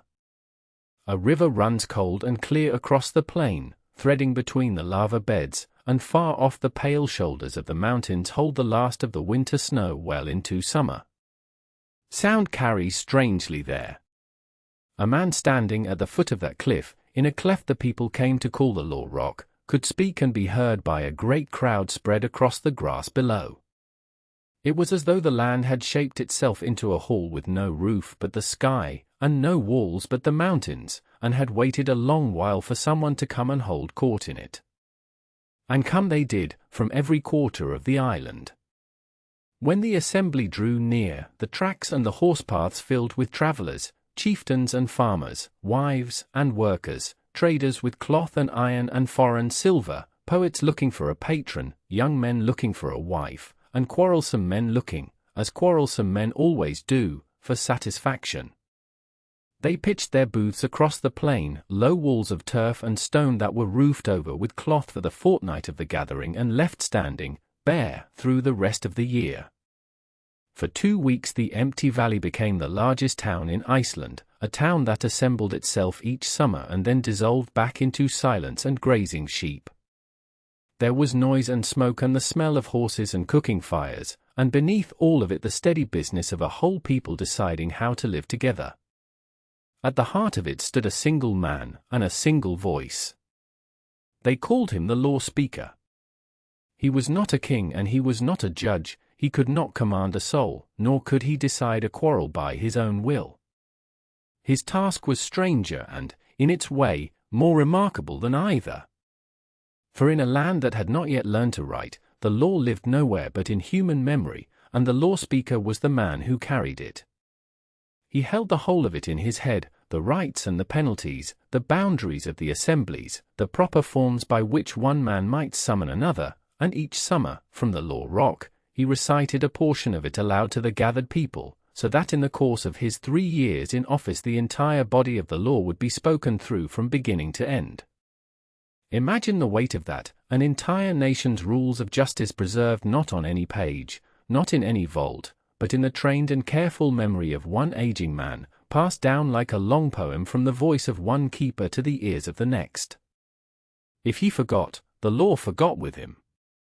So he did not forget. Around him the assembly did its work. Men brought their disputes, over land and cattle and inheritance, over insult and injury, over the killings that were the dark and constant undercurrent of that proud society. For this was a world in which honor was not an ornament but a possession, as real as a field or a herd, and a man who let his honor be diminished had lost something he was bound to recover. Feuds ran down the years and down the generations, a slight answered by a blow by a death by a vengeance that became itself a new wrong to be answered in its turn. There was no sheriff to arrest a wrongdoer, no royal officer to drag him before the bar. If you were wronged in Iceland, the law would hear you and the law would judge, but the law had no arm of its own to enforce what it decided. A man found guilty might be fined, or he might be declared an outlaw, cast beyond all protection so that any hand could strike him down without penalty. Yet even then it fell to the injured party and his kin to carry the sentence out. Justice was public, and reasoned, and astonishingly sophisticated, and it rested, in the end, upon the willingness of free men to abide by it. That such a system held together at all, across 3 centuries, is one of the quiet marvels of the medieval world. And out of this cold, litigious, endlessly talking society came something that no palace or cathedral in Europe would produce, a literature. For the Icelanders were a people who lived by story. In the long dark of winter, when the light failed by mid-afternoon and the wind pressed against the turf walls and there was nothing to do but sit close by the fire, they told each other the tales of who they were, how their grandfathers had come from Norway, how this valley had been claimed and that feud begun, who had killed whom and why, and what words a dying man had spoken with the spear already in him. They remembered the genealogies, the lawsuits, the long slow arcs of vengeance and reconciliation, and they told them with a plainness and a hard, unsentimental eye that feels startlingly modern even now. These were the sagas, the histories of the families of Iceland, and for a long while they too lived only in memory and in speech, handed from one teller to the next across the winters. but the settlers had brought something else across the sea, or would soon receive it, the Christian faith, and with it the letters of the Latin alphabet, and the quiet monkish art of making ink and parchment and setting words down where they would not die. And in time, a century, 2 centuries after the assembly first gathered on the plain, the Icelanders began to write. They wrote their laws at last, so that the law speaker's memory need no longer be the whole of the nation's justice.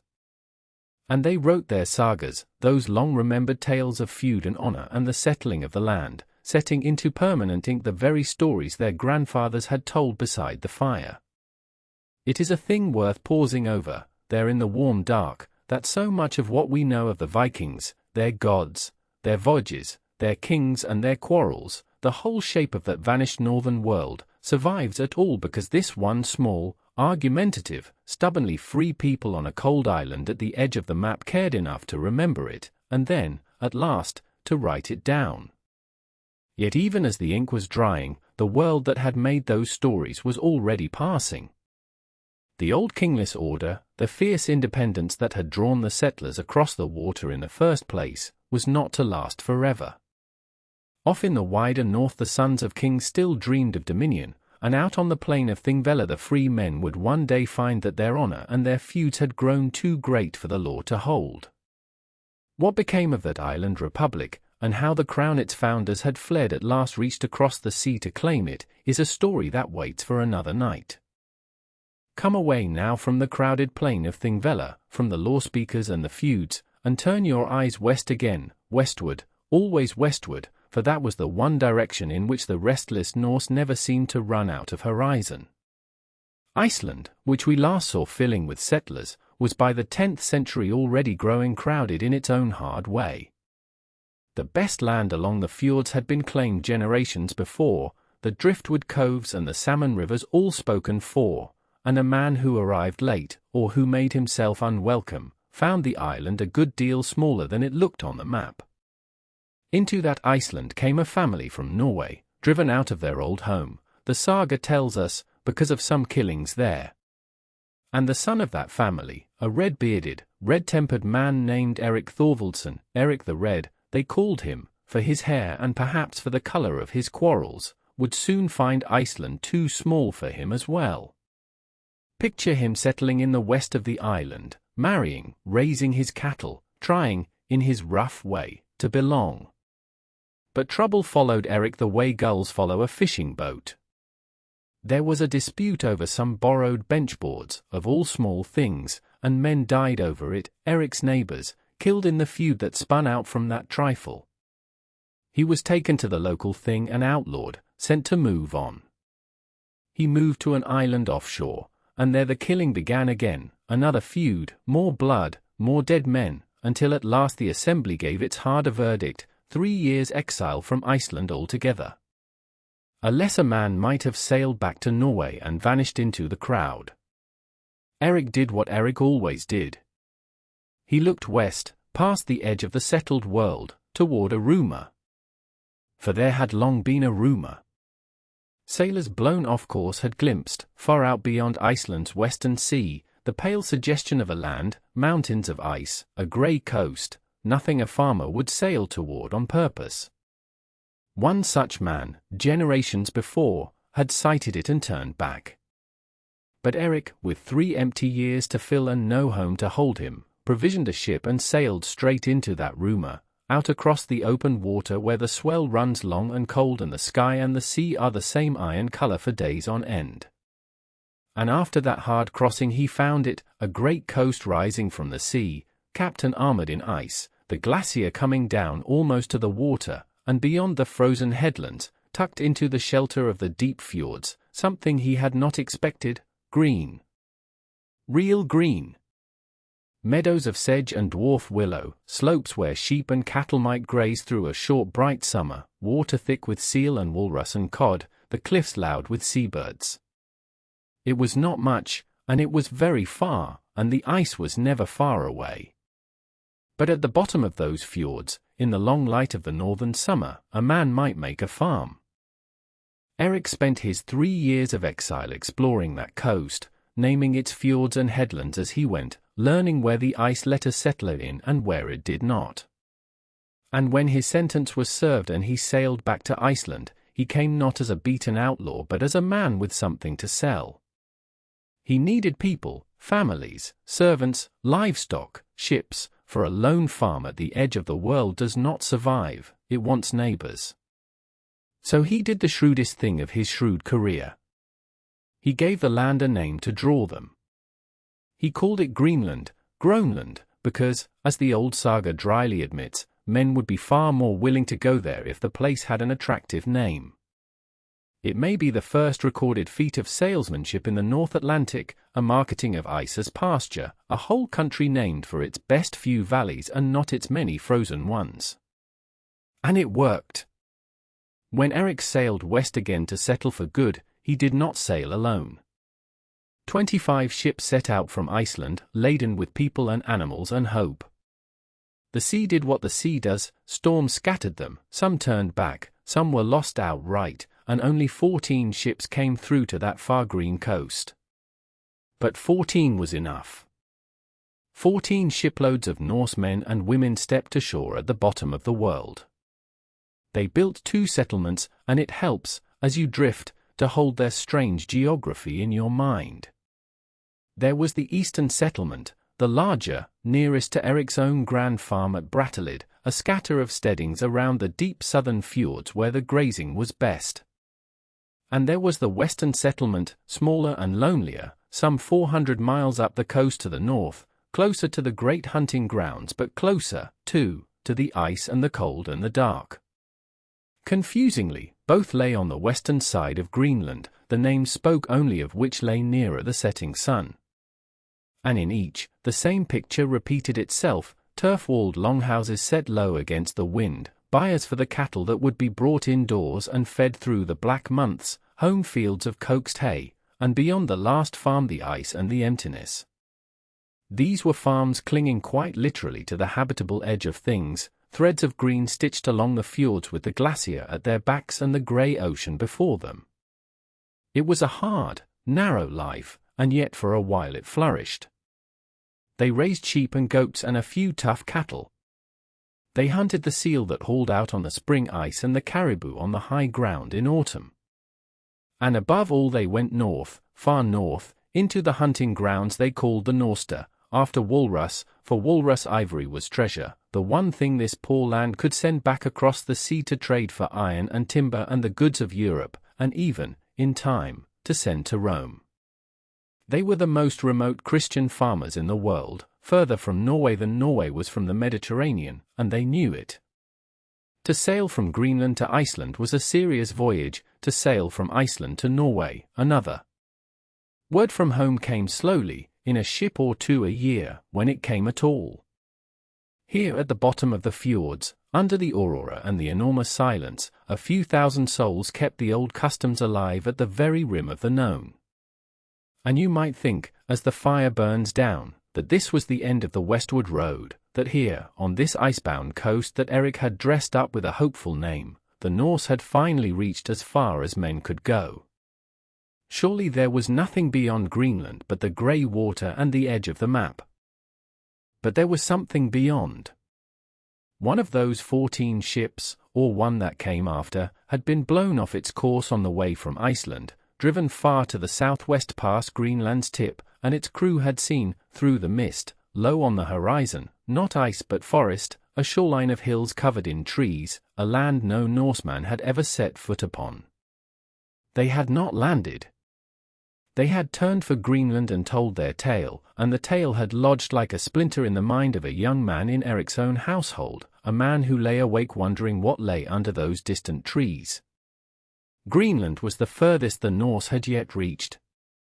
It would not be the furthest they would go. For westward still, just over the curve of the world, waited a coast that no one in Eric's hall had yet dared to seek, and the story of who first sailed toward it is one that waits for another night. And so we come to him at last, the young man from Eric's hall, the one who had lain awake with the splinter of another man's story lodged in his mind. His name was Leif, and he was Eric the Red Son, and when he could no longer bear to wonder, he did the thing his family always did with wonder: he turned it into a voyage. He sought out Bjarni Herjolfsson, the merchant who had glimpsed those wooded shores and turned away, and he bought Bjarni's very ship, as if the timber itself might remember the way. Then he gathered a crew of 35, and in the quiet of a Greenland summer, he loosed the moorings and let the western sea take him. Picture that crossing as they must have felt. For 1,000 years that story lived only in the sagas, half believed, the way we half believe the dreams of our grandparents. And then, in the summer of 1960, a Norwegian named Helge Ingstad and his wife, the archaeologist and Stein Ingstad, followed the coast of northern Newfoundland asking the local people whether they knew of any old ruins, and a fisherman led them to a place the villagers called simply the Old Indian Camp, a set of low grassy ridges near a hamlet called Lance Auxiliary Meadows. They dug, and under the turf they found the outlines of 8 buildings, the long shapes of Norse halls with their thick sod walls, a smithy where iron had been worked, the slag of a forge, a bronze cloak pin of unmistakably Norse make, a stone lamp, a spindle whorl for spinning wool. Radiocarbon dating settled it around the year 1000. Here, at the very tip of Newfoundland, was proof: actual hearths, actual nails, the actual footprint of European feet, that the Norse had crossed the whole grey width of the North Atlantic and stood upon the edge of the Americas nearly 5 centuries before Columbus was born. For a few brief years, the two halves of the world had touched. But a landing is not a conquest, and wonder is not the same as welcome. The sagas tell us that the Norse who came after Leif, his brother Thorvald, and later a chieftain named Thorfinn Karlsefni who brought livestock and women and meant to stay, did not find an empty land. They found people already living there, people the Norse called skraelings, a word heavy with contempt, meaning something like wretches or those who wear skins. These were the ancestors of the First Nations and perhaps the Dorset or the Beothuk peoples of the region, and they had lived in that country for longer than the Norse had lived anywhere. At first there was trade. The sagas describe the newcomers offering cloth and, in one telling, milk, and taking furs in return, wary bargains struck across a language neither side could speak.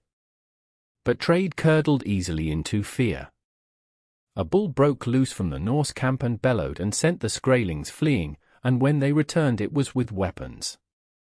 There were skirmishes on the shore. Thorvald, Leif's own brother, took an arrow, some say between the arm and the body, and died there in Vinland, buried in the very land he had hoped to claim, the first of his people to be laid in American earth, and among the last. And here is the quiet truth at the heart of it. The Norse did not fail in Vinland because the land was poor, it was richer than anything they knew. They withdrew because they were too few, and too far, and not welcome. Greenland itself held perhaps a few thousand souls. It could not spare the numbers to hold a distant coast against a people who were many, who knew the country, and who had every reason to want the strangers gone.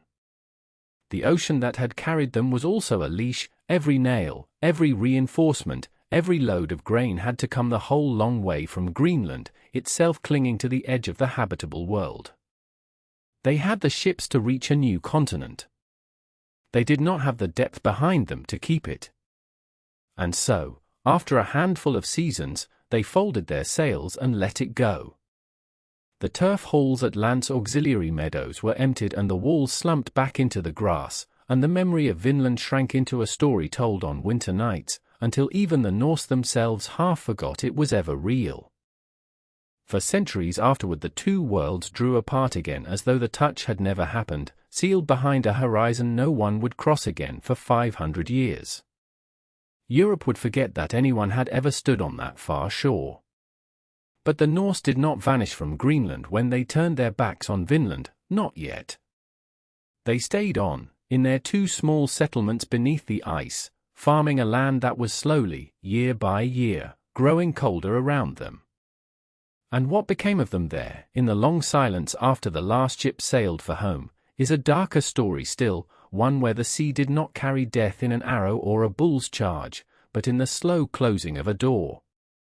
Turn your gaze now away from that cold western shore, away from the ice and the vanished vineyards, and let it drift eastward instead, across the whole breadth of the Norse world, past the longhouses of Sweden, to a country of forests and slow grey rivers where a different kind of Viking was making a different kind of history.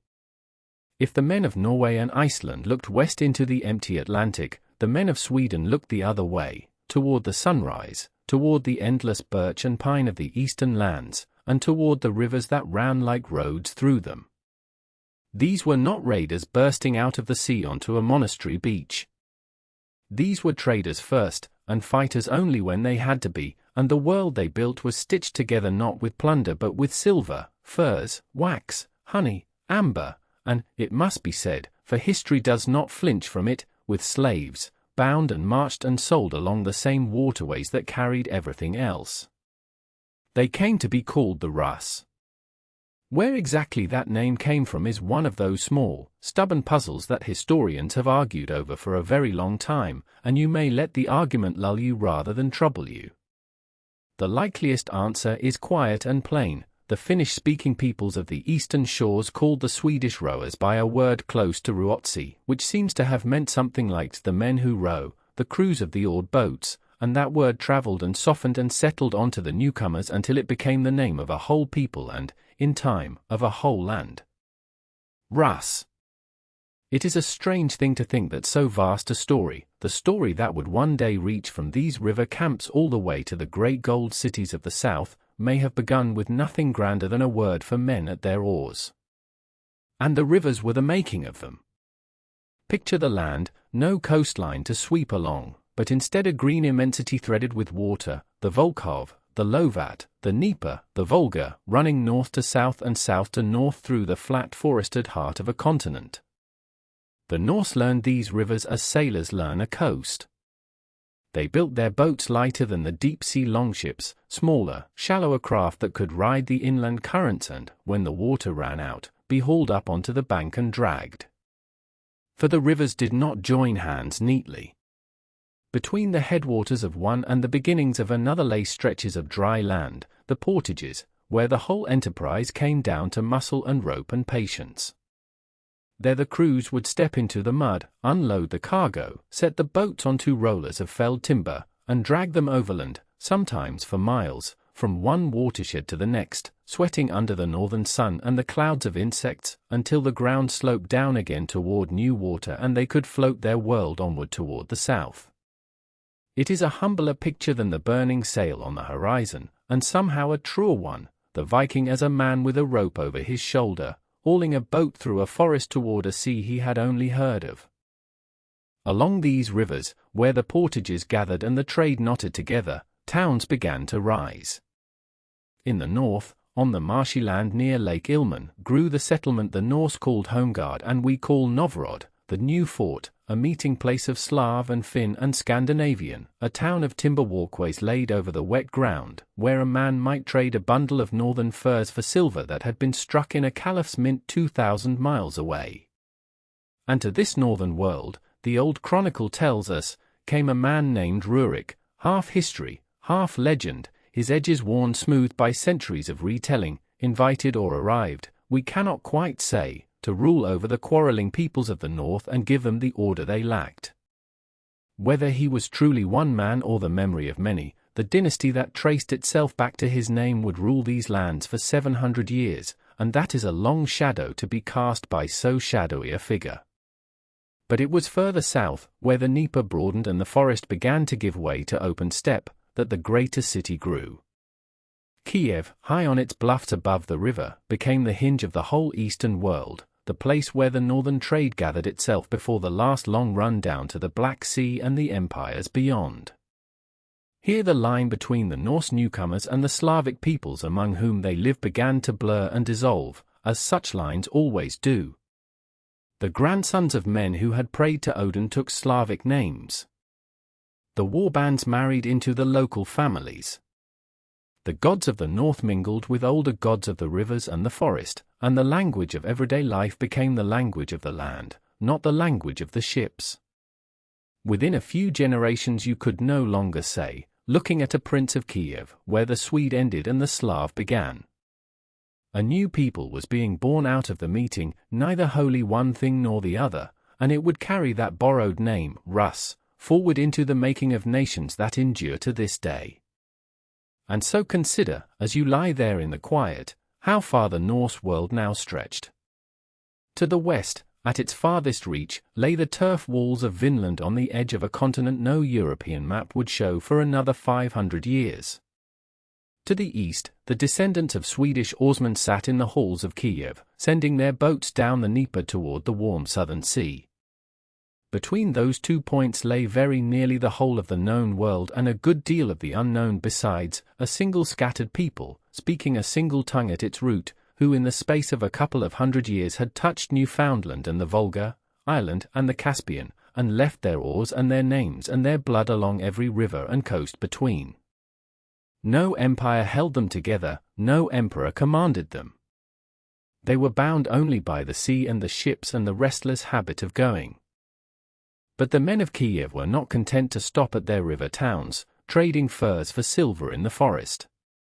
Downstream, past the wild cataracts of the Dnieper where the water broke white over the rocks and the crews carried their boats past on their shoulders under the watchful eyes of steppe horsemen, lay the open water of the Black Sea.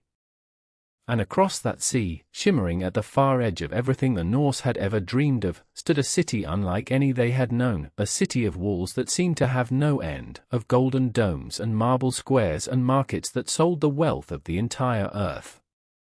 The Norse had a name for it, plain and enormous, Miklagard, the great city. We call it Constantinople. It was the richest, largest, most dazzling place in the whole of the Christian world, the seat of an empire 1,000 years old, and to the young men of the northern rivers it glittered on the horizon like a promise and a challenge both.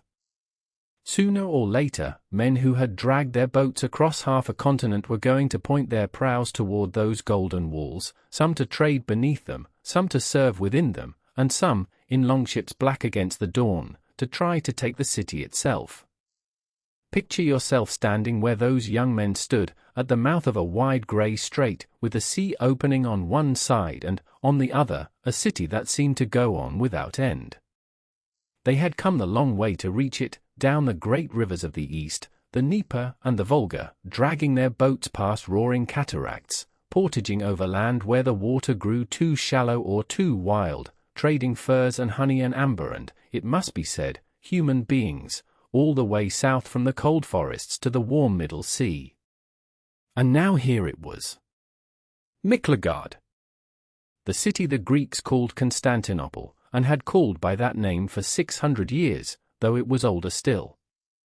To eyes that had known only turf halls and timber churches and the little wooden towns of the north, it did not look like a place built by men at all. It looked like something the gods might have raised in a single night and then walked away from, leaving it to shine. The walls came first, and the walls were the thing no northerner ever quite forgot. 3 lines of them on the landward side, one rising behind the other, ditch and rampart and towered curtain, so high and so thick that no army in 1,000 years had broken through by force. Along the water ran another wall, and across the mouth of the great harbour, the Golden Horn, that long protected inlet where the imperial fleet lay, the Greeks could draw an enormous iron chain, link by heavy link, sealing the water like a door. Behind those defences the city spread across its hills, and on the hills stood things the Norse had no words for. Columns of porphyry taller than any tree. Bronze horses frozen mid-stride above a racecourse where tens of thousands roared. Palaces with floors of coloured marble and ceilings sheeted in gold. And over all of it, rising above the rooftops like a hill made of light, the dome of Hagia Sophia, the Church of Holy Wisdom, so vast and so high that those who stepped inside for the first time said it did not seem to rest on stone at all, but to hang suspended from heaven by a golden thread. They came, at first, mostly to trade, and the empire let them, carefully, warily, on its own strict terms. The Rus, as the Greeks called these riverborn Northmen, were given a quarter to lodge in outside the walls, near the monastery of St. Mamars, and were allowed into the city only in small parties, unarmed, through a single gate, with an imperial officer counting them as they passed. For the empire had learned to be careful. More than once the longships had come not to sell but to take. There had been the terrible summer when a Russ fleet appeared without warning in the Bosphorus and burned the suburbs along the shore while the emperor was away at war, and the people crowded weeping into the churches, and, so the story went, the patriarch carried the robe of the Virgin down to the water's edge and dipped its hem into the sea, and a storm rose and scattered the raiders.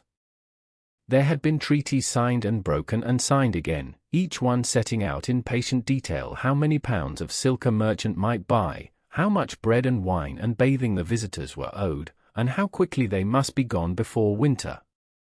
The Norse and the Greeks circled one another for generations like that, half enemies, half partners, each needing what the other had, neither quite trusting the other's smile. And then something changed, quietly, and it changed everything. An emperor found himself in desperate trouble, his throne shaking under rebellion, and he sent north and east for help, to the ruler of Kiev, that Russ prince who was himself of Norse blood only a few generations removed. In return for a marriage and a treaty, 6,000 fighting men came south down the rivers, big, fair, axe-carrying warriors who cared nothing for the politics of the imperial court and everything for the gold they were promised. With them at his back the emperor crushed his enemies in a single night attack across the water, and he learned a lesson he never forgot. These northern men had no families in the city, no factions to favor, no ambitions on the throne. They could be trusted precisely because they belonged to no one but the man who paid them. And so they stayed. They became the Varangian Guard, the emperor's own bodyguard, the axe-bearing Northmen who stood closest to the most powerful man in the Christian world. You would have known them at once in a crowd of Greeks. They were taller, paler, louder. They wore silk over their mail because the pay was good and the plunder better, and each carried a long two-handed axe laid back against the right shoulder, a weapon the Greeks found frightening and faintly barbaric and enormously reassuring when it stood between them and a knife in the dark. They guarded the palace gates. They marched behind the emperor on campaign, from the mountains of Anatolia to the fields of Bulgaria to the hot coasts of Sicily. When a new emperor was crowned they had the ancient right to plunder the imperial treasury, running through the vaults and taking whatever gold they could carry, a wild custom the court tolerated because it bound the guard's loyalty in the surest coin there was. Service in the Varangians became, in time, a thing spoken of around the fires of the far north: go south, serve the Greek emperor, and come home rich, if you came home at all. One young Norwegian prince, exiled and landless, would spend years in that guard, fighting the empire's wars across 3 seas, and would return north at last with a fortune and a reputation that carried him to a throne, and, in the end, to a battlefield in England we will come to before this long night is done. But the thing that stays with you, perhaps, is smaller than an army and quieter than a coronation. Climb, in your mind, the worn stone stair to the upper gallery of Hagia Sophia, up under that impossible dome, into the dim gold hush where the light falls through high windows and the whole vast space breathes below you like a sleeping thing. Come to the marble parapet at the edge, a slab of pale stone polished by centuries of hands. And there, cut into the marble by a bored man's knife, so faint you might pass it 100 times and never see, are runes, northern runes, the letters of home, scratched into the heart of the greatest church in the world. Time has worn away most of the words. What survives seems to be a name: Halfdan. Halfdan was here.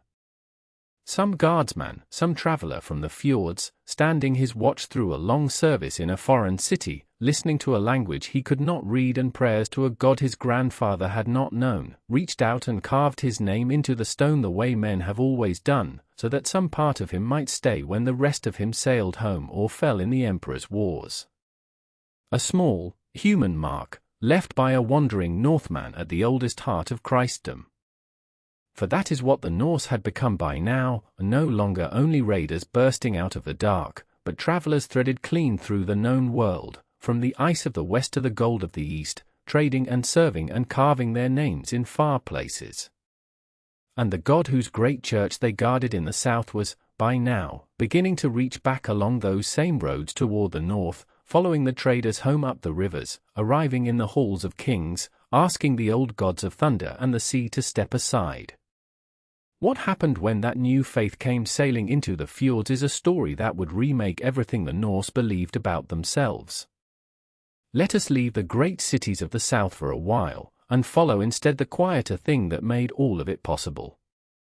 Behind every longship that ever slid up onto a foreign beach, behind every warband and every carved name in a marble gallery, there lay something older and steadier than the sword, a road, and a scale, and a man who knew the worth of things.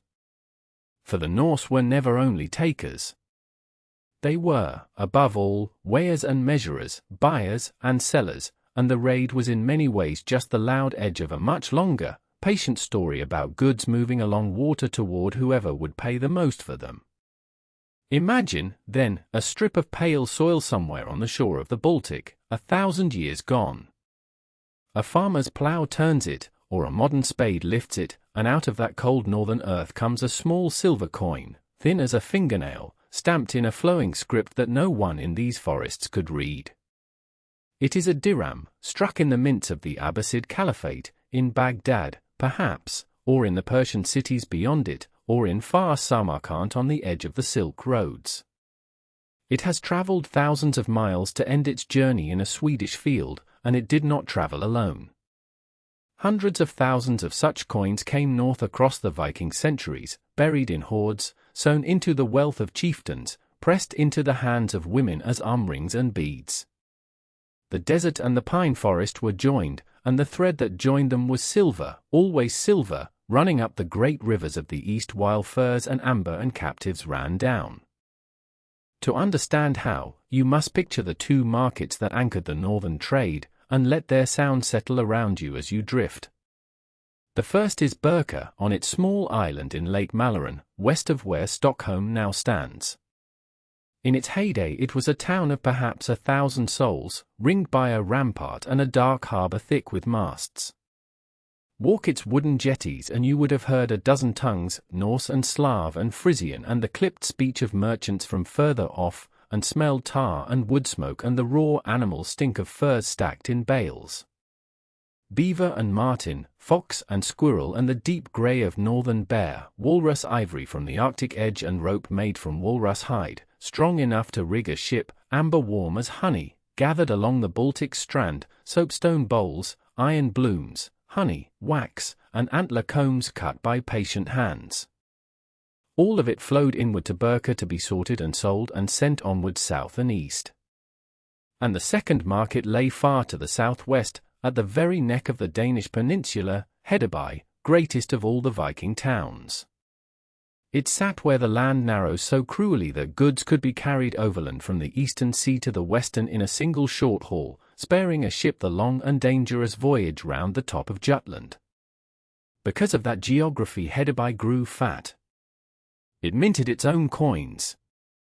It drew Arab travellers who wrote of it afterwards with a kind of wondering distaste. One visitor, a merchant from Muslim Spain named Ultar-Tushi, remembered the strange sad singing of its people, the eating of fish, the throwing of unwanted infants into the sea, and above all the sheer noise and press of the place.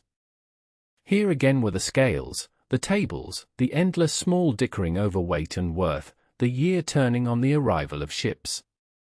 For this is how the Norse reckoned wealth, and it is worth dwelling on as the night deepens, because it tells you something about the whole cold, careful heart of their world. They did not, in the main, trust the face of a coin. A dirham to them was not a fixed sum but simply a lump of good silver, and they would test it, nick it with a knife to be sure it was silver all the way through, bend it, weigh it. When they needed to pay, they would as often as not cut the coin apart, snipping it into halves and quarters and slivers until the little pans of the balance came level. This is what the archaeologists call hack silver, coins hacked into fragments, brooches and arm rings and fine imported vessels chopped up without a thought for their beauty, all of it reduced to raw weight measured against small polished weights of bronze and lead. A man's fortune was not a purse of coins but a bag of bright scraps, and his most trusted possession, carried folded away against his body, was a delicate folding balance in a bronze case, the honest arbiter of every bargain. Beauty was melted, only weight was true. But there is a darker cargo in this story, and it would be a soft lie to leave it out, though I will not linger cruelly on it. Some of what moved along these rivers was not fur or amber but human beings. The Norse traded in slaves, thralls, they called them, and the eastern route in particular ran on this traffic. Captives taken in raids on the coasts of the west, prisoners seized in the wars of the Slavic lands, men and women bought and sold like any other freight, were driven south along the great Russian rivers, the Volga and the Dnieper, toward the markets of the Caliphate and Byzantium, where a strong young captive might fetch a river of silver in return. The very word for these northern traders in the east, the Russ, would in time give its name to a whole land, Russia. And it was one of them that the Arab writer Ibn Fadlan met on the banks of the Volga and described so unforgettably: tall, tattooed men, fair and fierce, sailing down from the north with their goods and their slaves, dealing in silver and in sorrow alike. Behind the beauty of the hordes lies that shadow, and any honest telling of the Viking age must hold the two together, the amber and the chains, the armoring and the auction. So draw back now, and see the whole shape of it as if from far above, the way you might see it half dreaming. A single web of water, stretched clean across the known world. At its western edge, the harbours of Dublin, where the Norse held a slave market of their own and Irish captives were bought and shipped, then across to England and Frisia, up to Hedeby at the narrow waist of Denmark, over to Birka in its cold lake, and eastward still, up the rivers into the land of the Rus, past Novgorod and Kiev, down through the portages where ships were hauled bodily over dry land between one river and the next, all the way to the Caspian and the Black Sea, to the walls of Constantinople and the caravan roads that led on to Baghdad. A merchant standing on a Dublin quay and a money-changer in a Baghdad souk were, without ever knowing it, links in one long chain, and the silver ran between them like a nerve. Behind every raid stood a merchant. And behind every merchant, always, a road. Yet a road carries more than goods. It carries word, and custom, and belief. Along these same rivers, with the silver and the furs and the cut coins, other things came travelling north, new fashions, new words, and quietly, at the edges, new gods. In the harbours where the traders gathered you would begin to see, folded in among the little hammers of Thor that men wore at their throats, another shape being cast in the same moulds, a cross. Some merchants wore both at once, hedging, uncertain, keeping a foot in each world. For the roads that carried Baghdad silver into the Baltic forests were the same roads by which a patient southern faith was even now feeling its way toward the halls of the north, and the men who counted coins so carefully had not yet begun to reckon the price of that. Behind the ships and the silver, behind the wandering merchants who wore both hammer and cross at their throats, there was always a homeland they had left, and that homeland was changing while their backs were turned. So let us leave the eastern rivers for a while, and the warm harbours of the south, and turn north again, to the long grey coast of Norway, where the mountains fall straight into the sea and the fjords cut inland like the fingers of some sleeping giant. This was the country the raiders had come from, and it was not yet a country at all.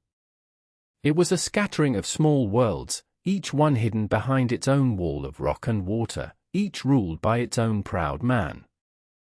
Picture it as it truly was in those years. There was no Norway on any map, no single crown, no capital, no king whose word ran from the far north to the southern shore.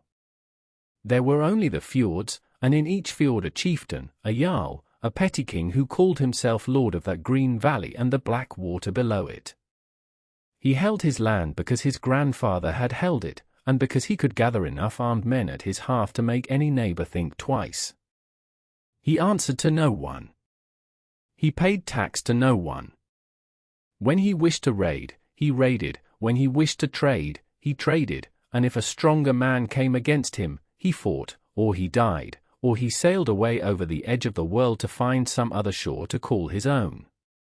It was a land of many little kingdoms, and no great one, proud, quarrelsome, and free in the hard way that a wolf is free. And then, into that world of splintered lords, came a boy who would try to gather all the splinters into a single blade.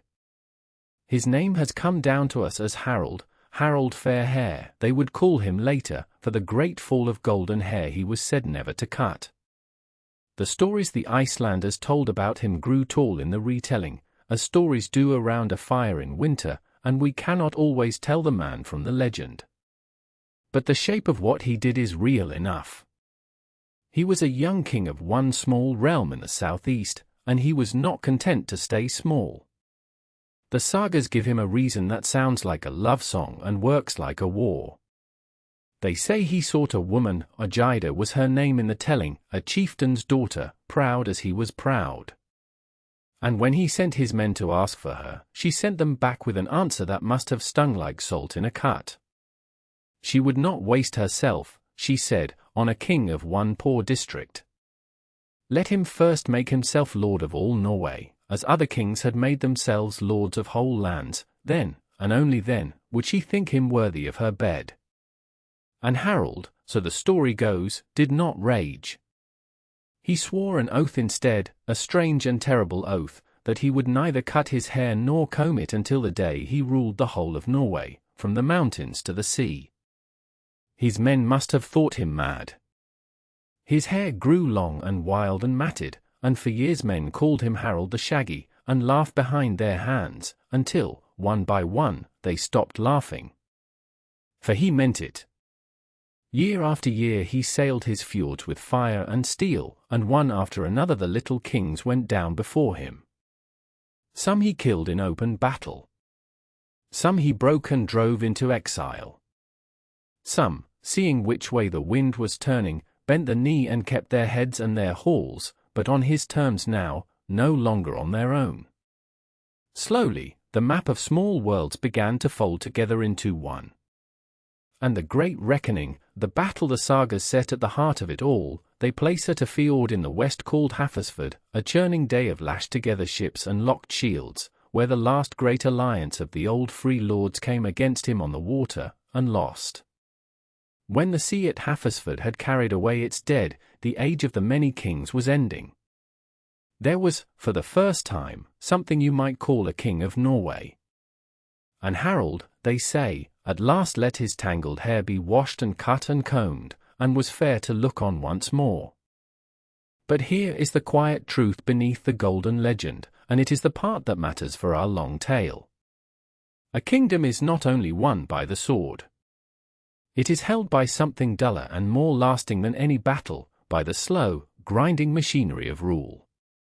And this was the true change Harold brought, more than any single victory. Where the old lords had owned their land outright, as free men holding what was theirs, Harold now claimed that all the land, every field and forest and fishing right in the whole realm, belonged in the end to the crown. The farmers who had answered to no one must now answer to the king's men. They must pay for the ground beneath their own feet. He set his own jarls over the districts, his own reeves to gather what was owed, and he took his share, his tax, his tribute, from harvests that had never before been counted by any hand but the farmer's own. Kingship, taxation, royal power, these hardened slowly out of that older, freer world like ice forming on still water, thin at first, and then hard enough to walk upon. And to many a proud man of the fjords, this was not glory. This was theft. This was a yoke laid on the necks of freeborn men who had bowed to no one since their fathers' first cut fields from the forest. Imagine an old landholder in some western valley, a man whose family had ruled that green shelf of ground for 100 years, who had raided when he chose and traded when he chose and called himself the equal of any man alive.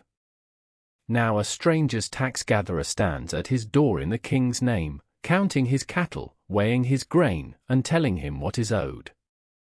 For such a man there were only 3 roads. He could bend the knee, and swallow his pride, and become one subject among many.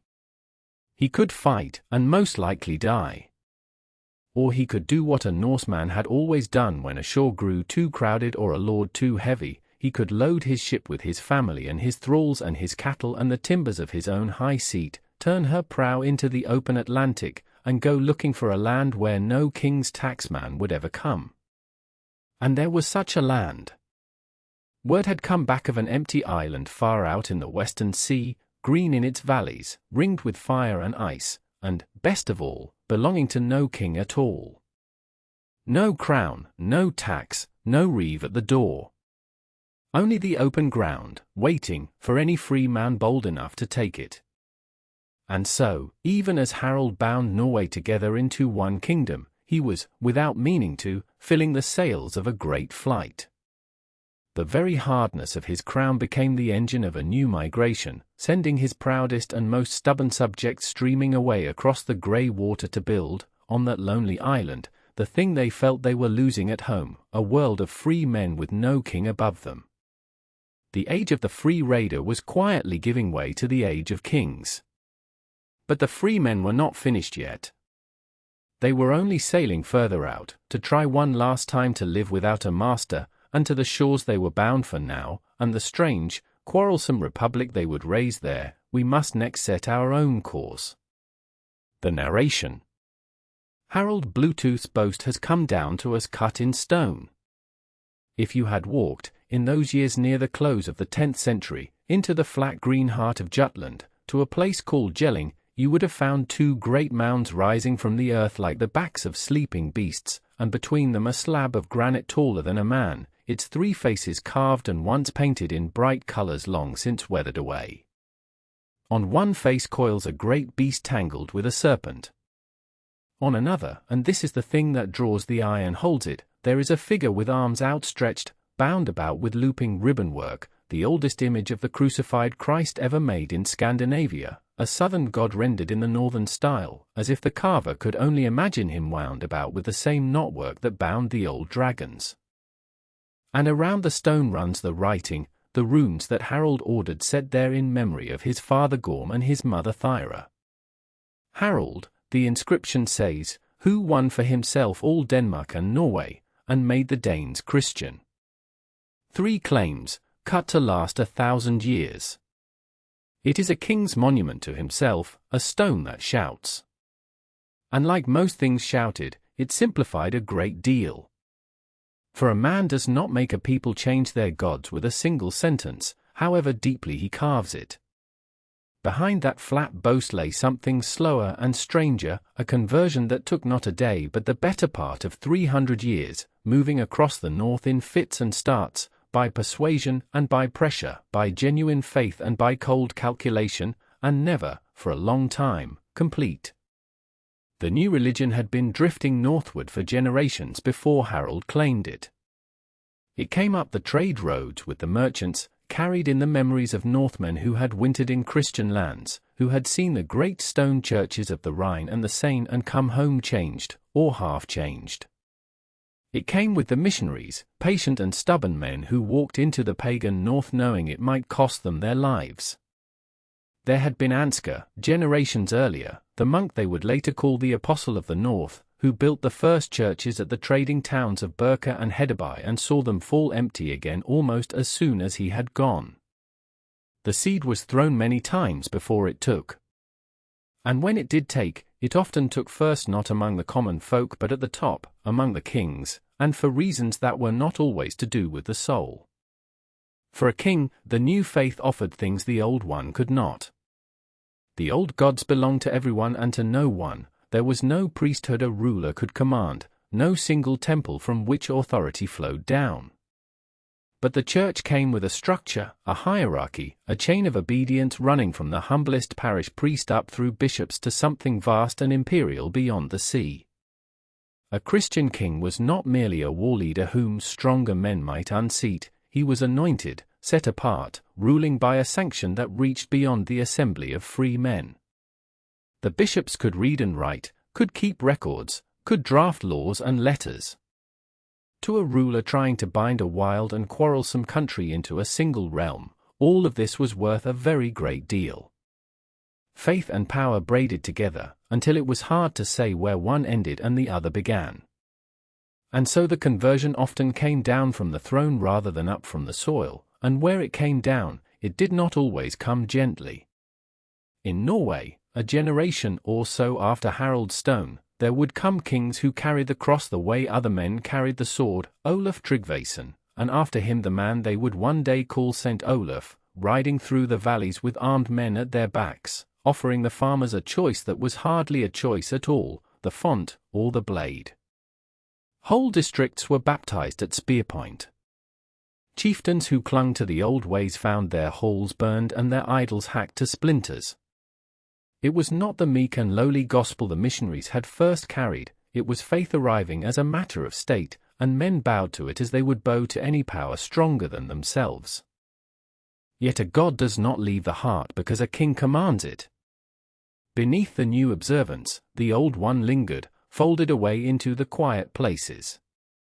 A man might be baptized in the morning and still, at evening, pour out a little ale to the elves beneath the roots of the old tree in his yard. Farmers went on burying small offerings, went on murmuring the half-remembered charms over a sick beast or a failing field, went on fearing the beings their grandfathers had feared. There is a wry old story of a Northman who kept a foot in both worlds, trusting in Christ while he was on land, but praying to Thor when the storm rose and the sea turned wicked, for who better to trust on the grey water than the God who had always ruled it? The hammer amulets and the little cross pendants have been found together in the same graves, sometimes worn by the same person, and one can almost feel the hedging in them, the unwillingness to let go of one hand before the other had taken firm hold. For the old gods were not, in the end, dragged out and slain. They faded, the way a fire fades when no one feeds it, slowly, unevenly, leaving embers that glowed for lifetimes in the corners of the north. In the high mountain valleys and on the far islands, where no king's arm reached and no bishop's road ran, the old ways lingered longest, whispered rather than proclaimed. Odin and Thor did not die so much as withdraw, stepping back out of the daylight of worship and into the dusk of story, where they would survive, transformed, as the stuff of winter tales told to children. Their long twilight had begun. It would be a strange, drawn-out dusk, this passing of one world into another, and it would leave its deepest and most curious mark not in the lands the kings had tamed, but far out on the edge of the known world, on a cold volcanic island where the free men had gone to escape all kings, where the choosing of a new god would come to be settled not by the sword, but, astonishingly, by a single man lying still beneath a cloak for a day and a night, deciding the fate of a whole people. For now, though, let us leave that lonely island in the North Atlantic and turn our gaze back to a shore we have visited before, the low green coast of England, where a lamp is being carried, once again, along the seawall at dusk. For a long generation the raids had eased. The great armies of the 9th century, the ones that had swallowed Northumbria and East Anglia and very nearly all of Wessex, had settled into farmland and traded their longships for ploughs.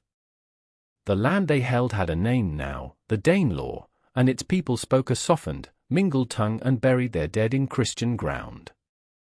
England had learned, it seemed, to breathe. And then, near the turning of the 1000th year, the old dark shapes returned to the horizon, and it was as though the island had never learned anything at all. The men who came now were not the ragged opportunists of the First Age.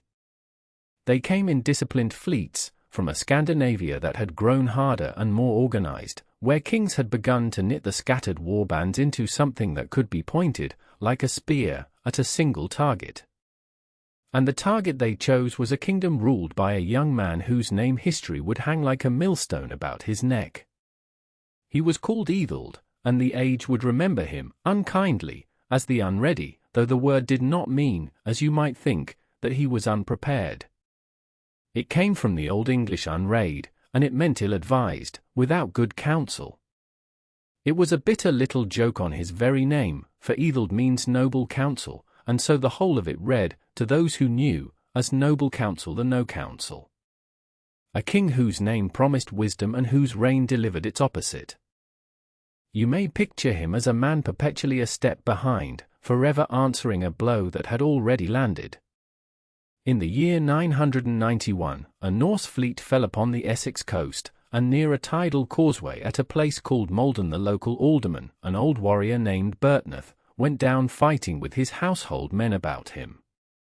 A poet, we do not know who, made of that defeat one of the most beautiful things in the English tongue, a fragment of verse in which an old retainer, standing over his fallen lord as the battle turns hopeless, speaks a line that has outlived every king of that century: thought shall be the harder, heart the keener, courage the greater, as our strength grows less.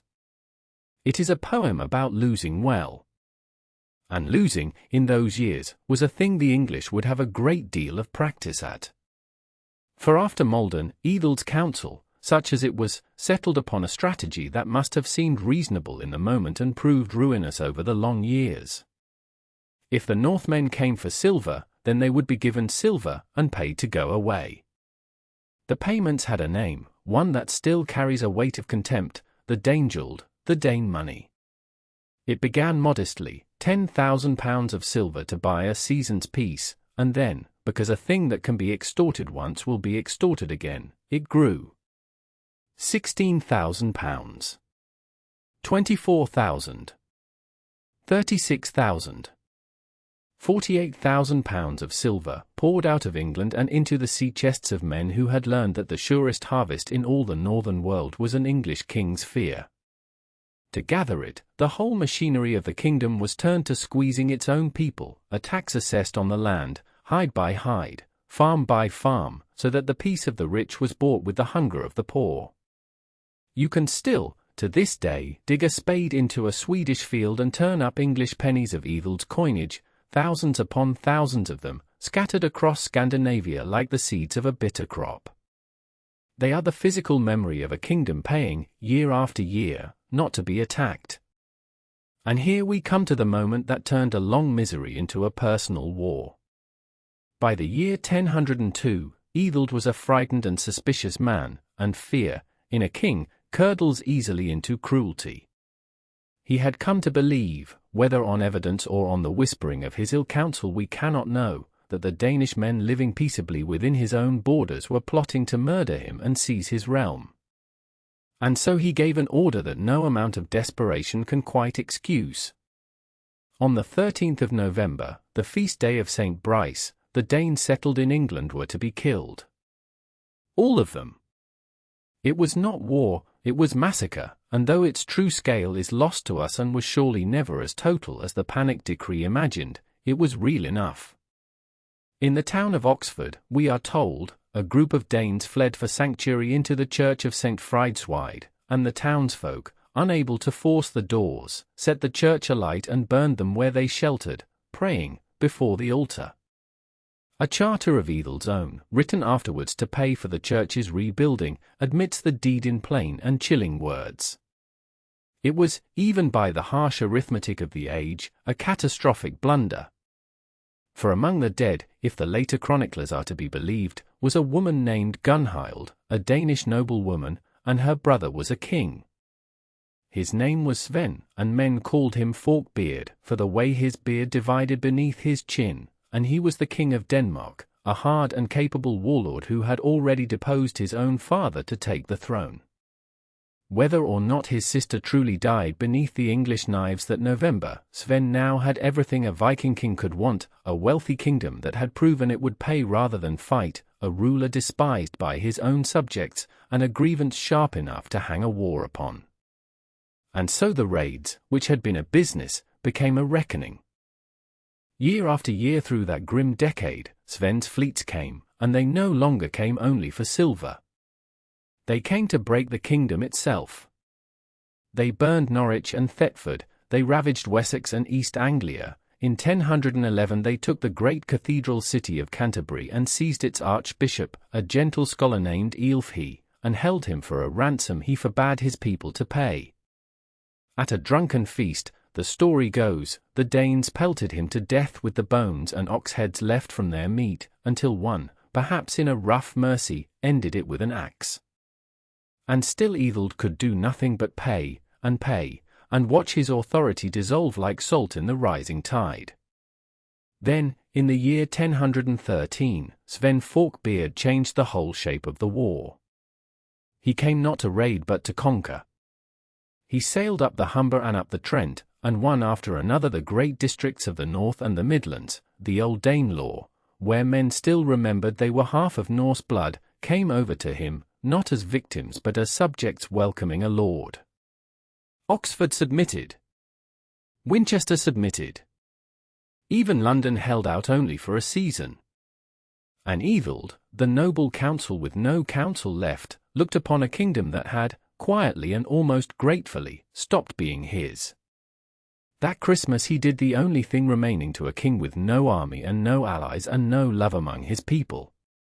He sent his wife and his young sons across the grey winter channel to the safety of her kinsmen in Normandy, and then he followed them into exile, and the ancient royal house of Wessex, the line of Alfred the Great, was swept from the throne of England as easily as a candle is pinched out.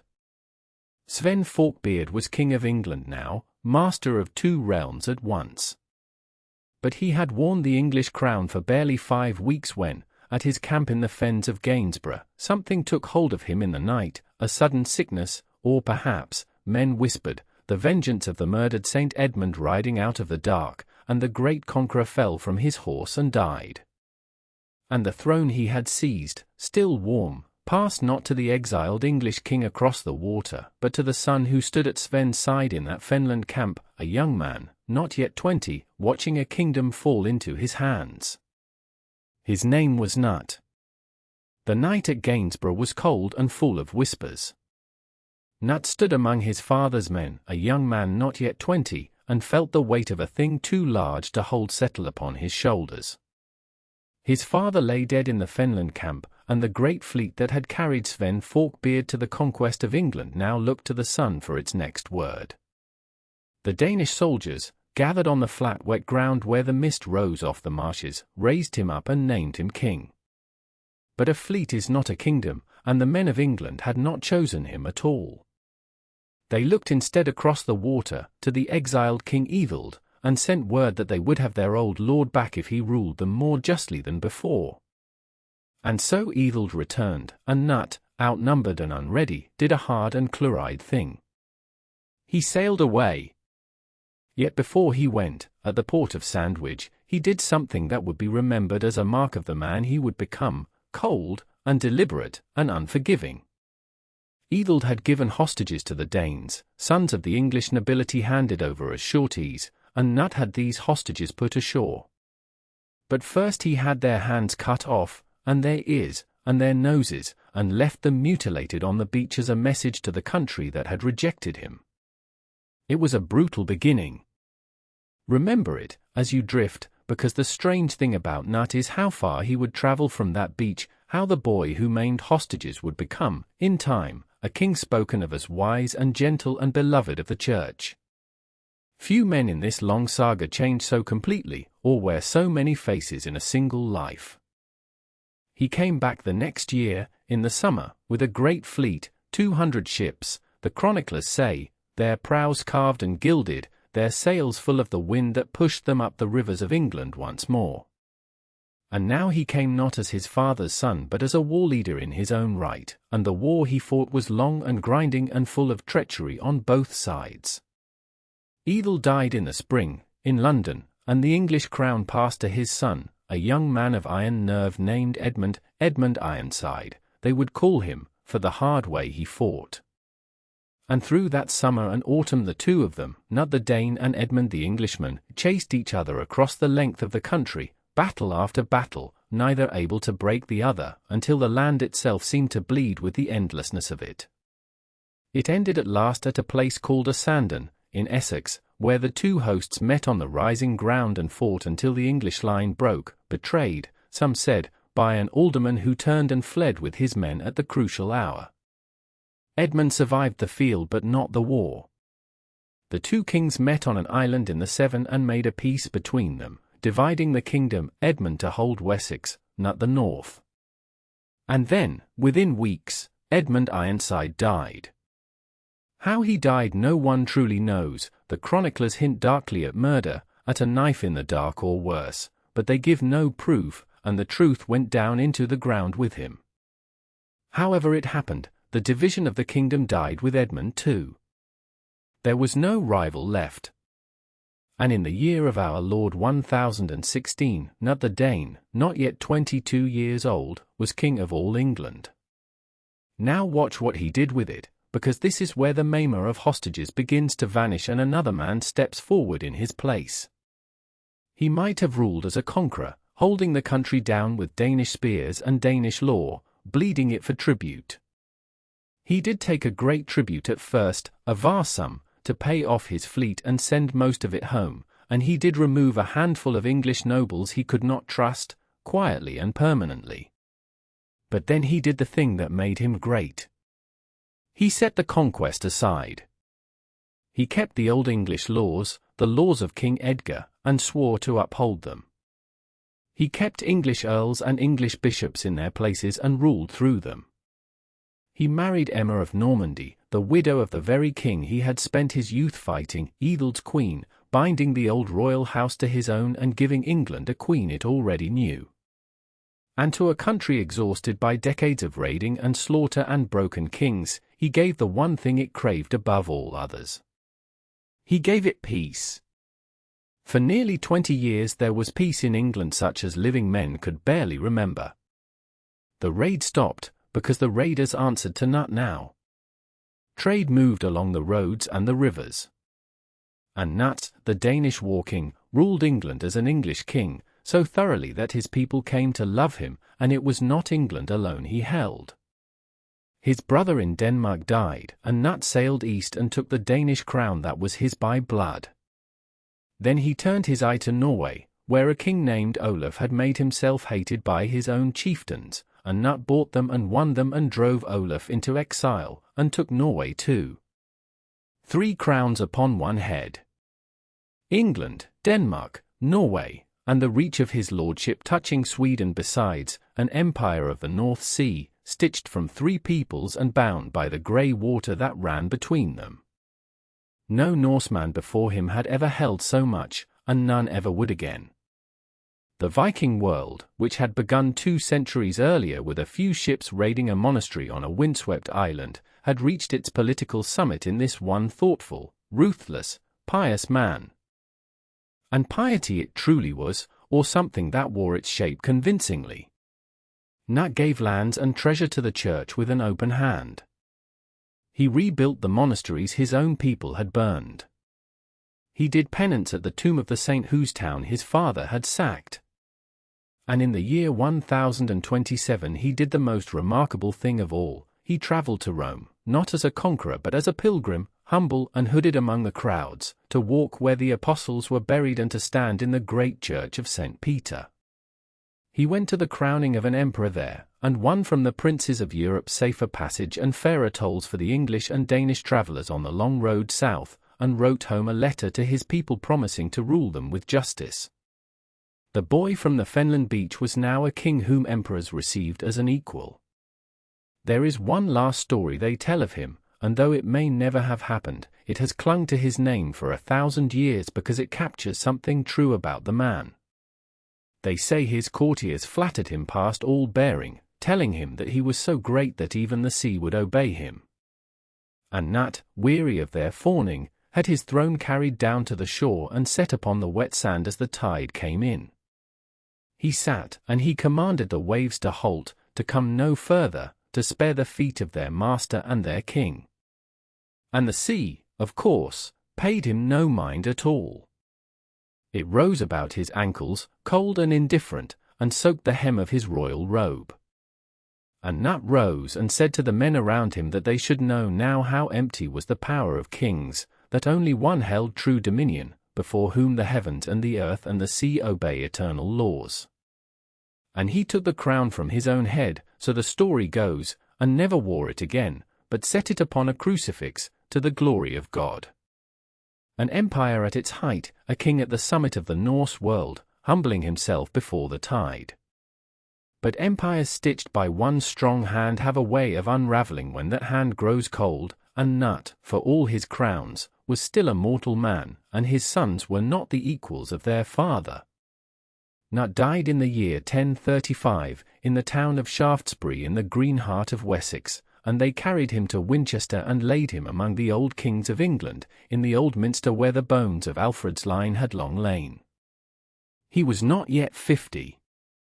The empire he had stitched together, England, Denmark, Norway, and the loose lordship of parts of Sweden, a realm that ringed the northern seas like a hand closing around a bowl of dark water, was already, in the hour of his death, beginning to loosen at the seams.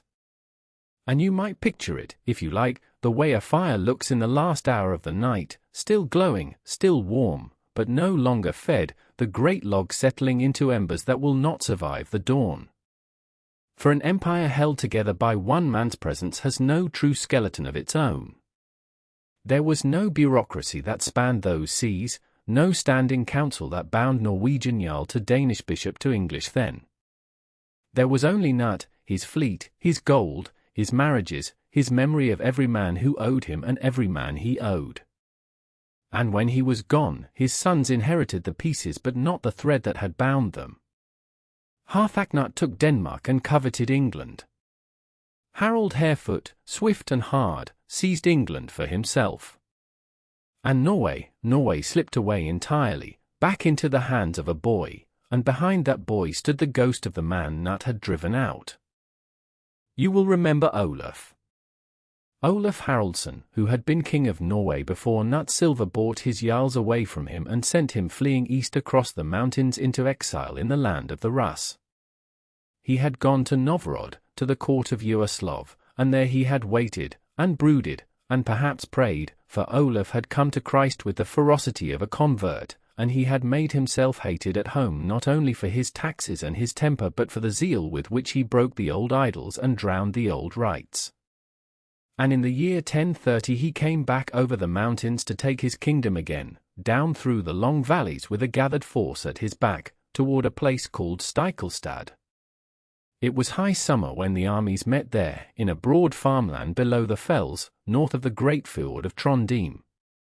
And the men who came against him were not foreign soldiers but his own countrymen, Norwegian farmers and chieftains, the very people he had ruled, marching under their own banners to keep him out.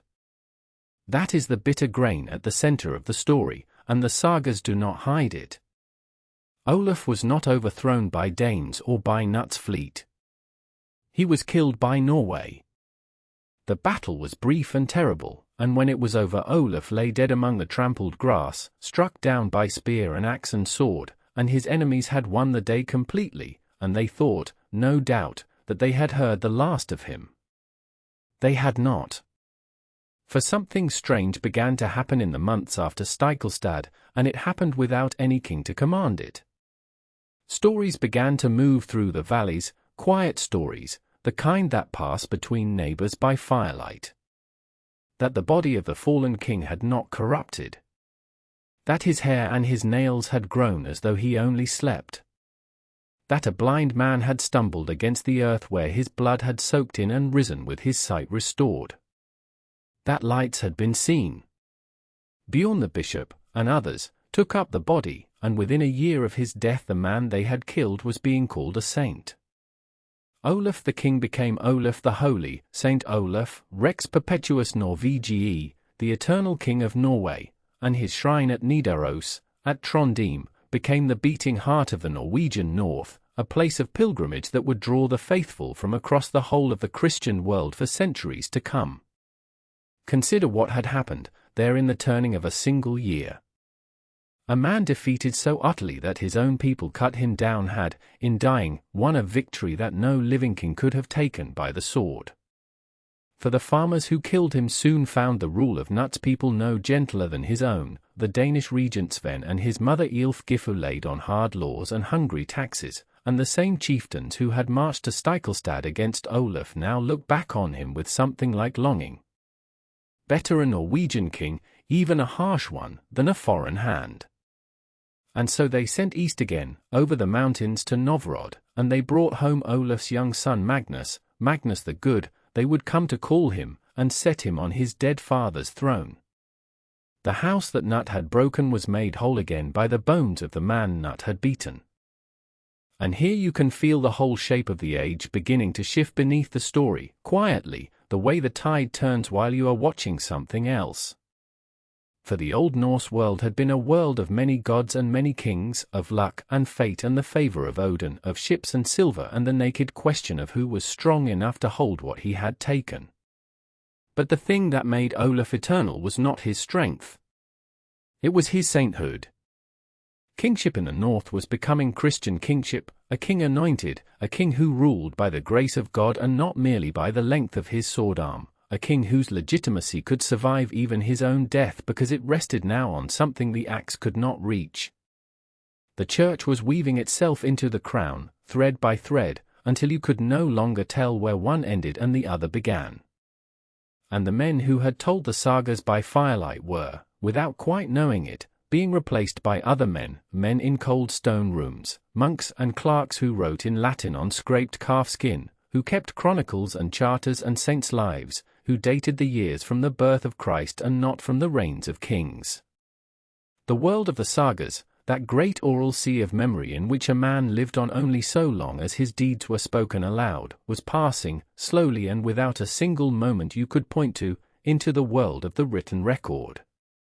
The world of the longhouse into the world of the cathedral. Nidaros, where Olaf lay, would in time raise over his grave a great church of stone, its arches climbing where the wooden halls had stood, and pilgrims would kneel there who had never heard the name of Thor spoken as anything but a curse.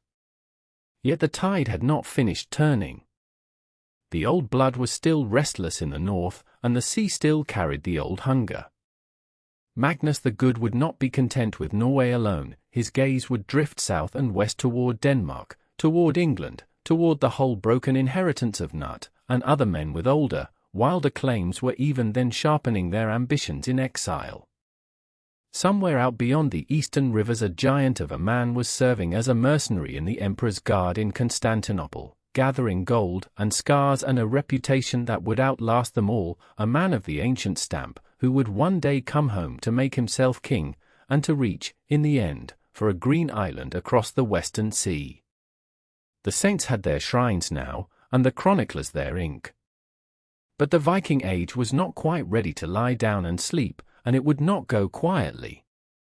It would go, when at last it went, in a single terrible autumn, and toward that autumn the tide was already, silently, beginning to run.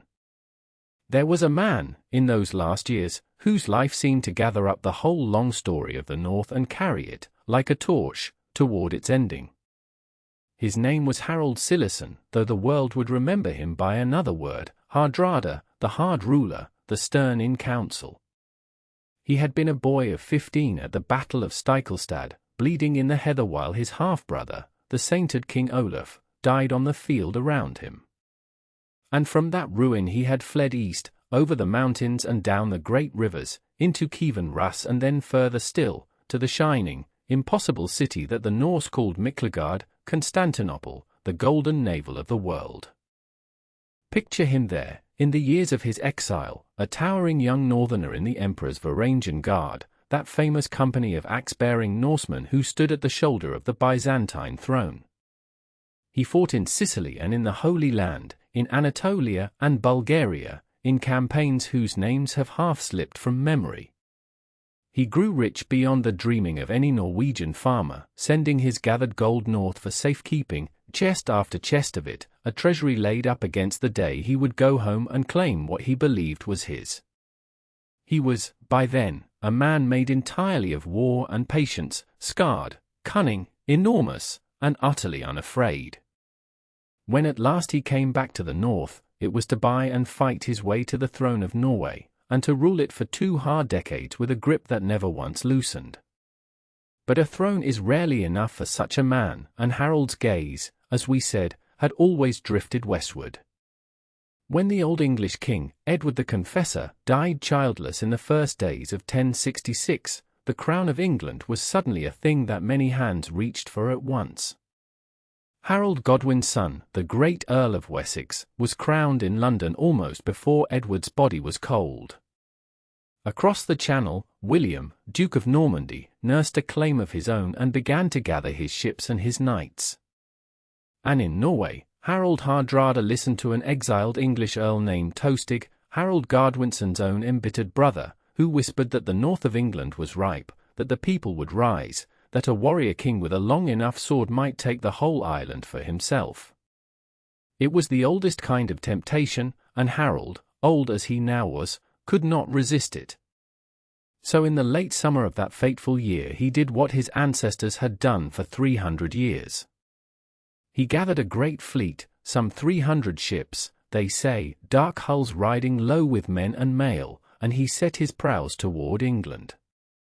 He came ashore in the north, in the country of the Humber and the Ouse, and there, outside the city of York, his host met the northern earls in a place called Fulford.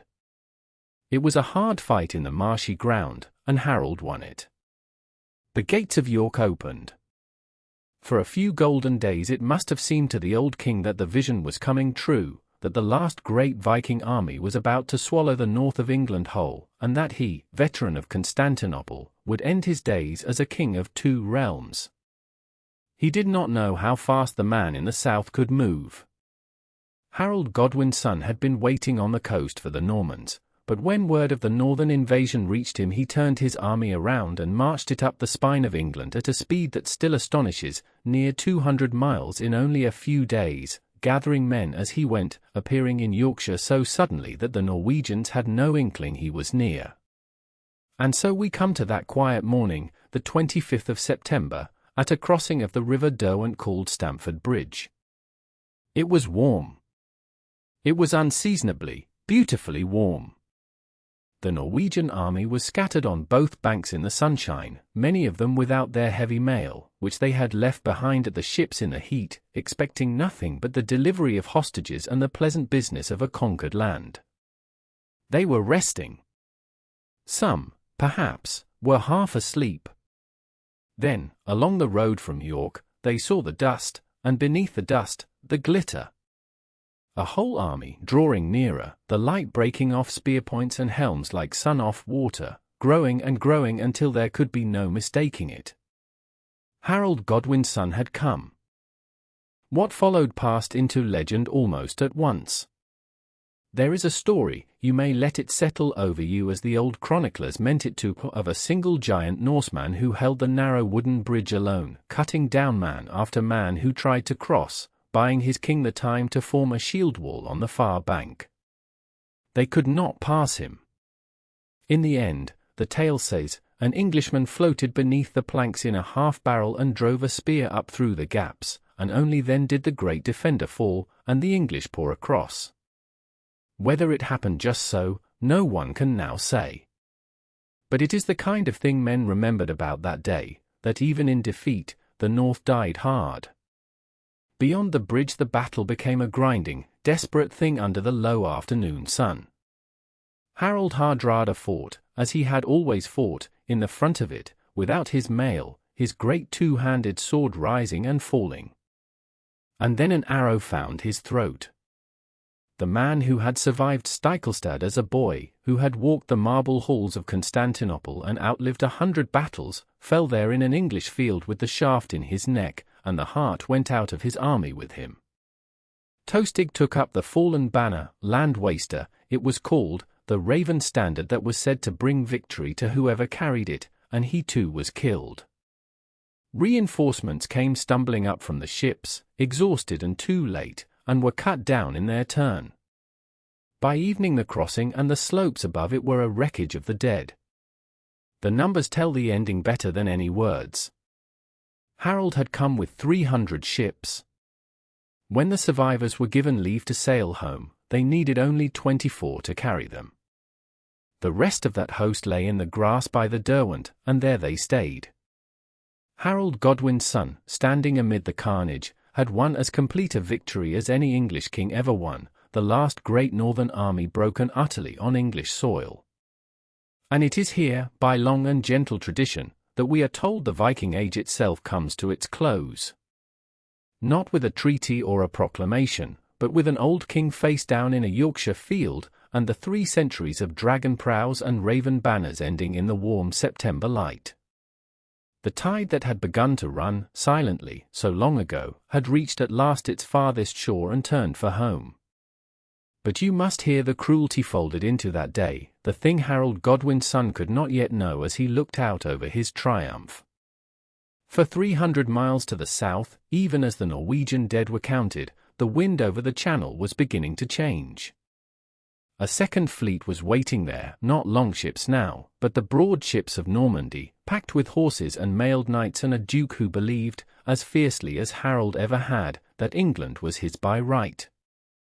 Harold had marched his weary, bleeding army the length of a kingdom to win one crown of thorns.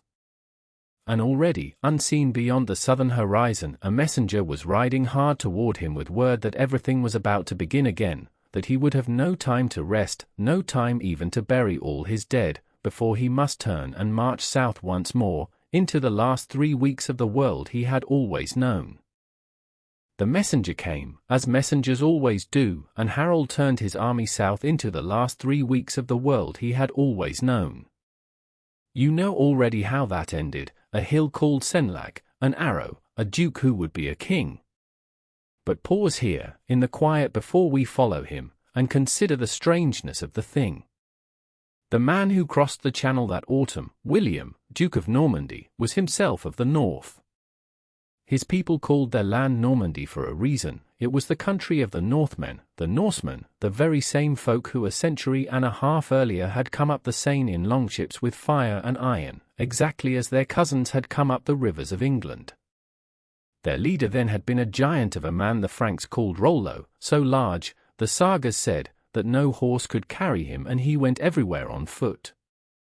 In the year 911 the king of the West Franks, weary of burning towns, had done what the English kings would also learn to do: he had bought the raiders off with land. He gave Rollo the mouth of the Seine and the fields around it, and in return Rollo knelt, or was supposed to kneel, and took the Frankish faith and the Frankish tongue. And here is the gentle irony you may carry with you into sleep.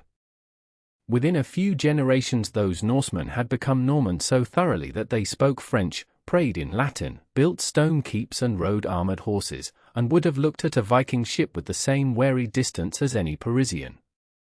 The blood was Scandinavian, the manners were entirely new. When William landed at Pevensey, the Norse were, in a sense, conquering England for the second time, but wearing a mask so complete that neither he nor Harold would have thought of it that way. The wolf had learned to wear wool, and had forgotten it was ever a wolf at all. That is one kind of legacy the raider absorbed so completely that he vanishes into the very people he once terrified. But there are quieter legacies, and they lie closer to you than the Seine or the field at Hastings. They lie in your own mouth. For when the Danes settled the north and east of England, the great swathe of country the English came to call the Danelaw, where Danish kings ruled and Danish law held and the land was measured out in Danish ways, they did not merely take fields. They gave words. Listen, half asleep, to the plainest words you own. The word sky. The word skin.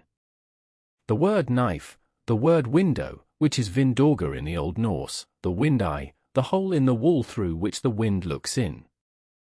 When you say you are happy, when something is ugly, when you are ill, when you feel weak, when you take something as a gift, when a thing happens by law, these are Norse words, carried in on the longships and never carried out again.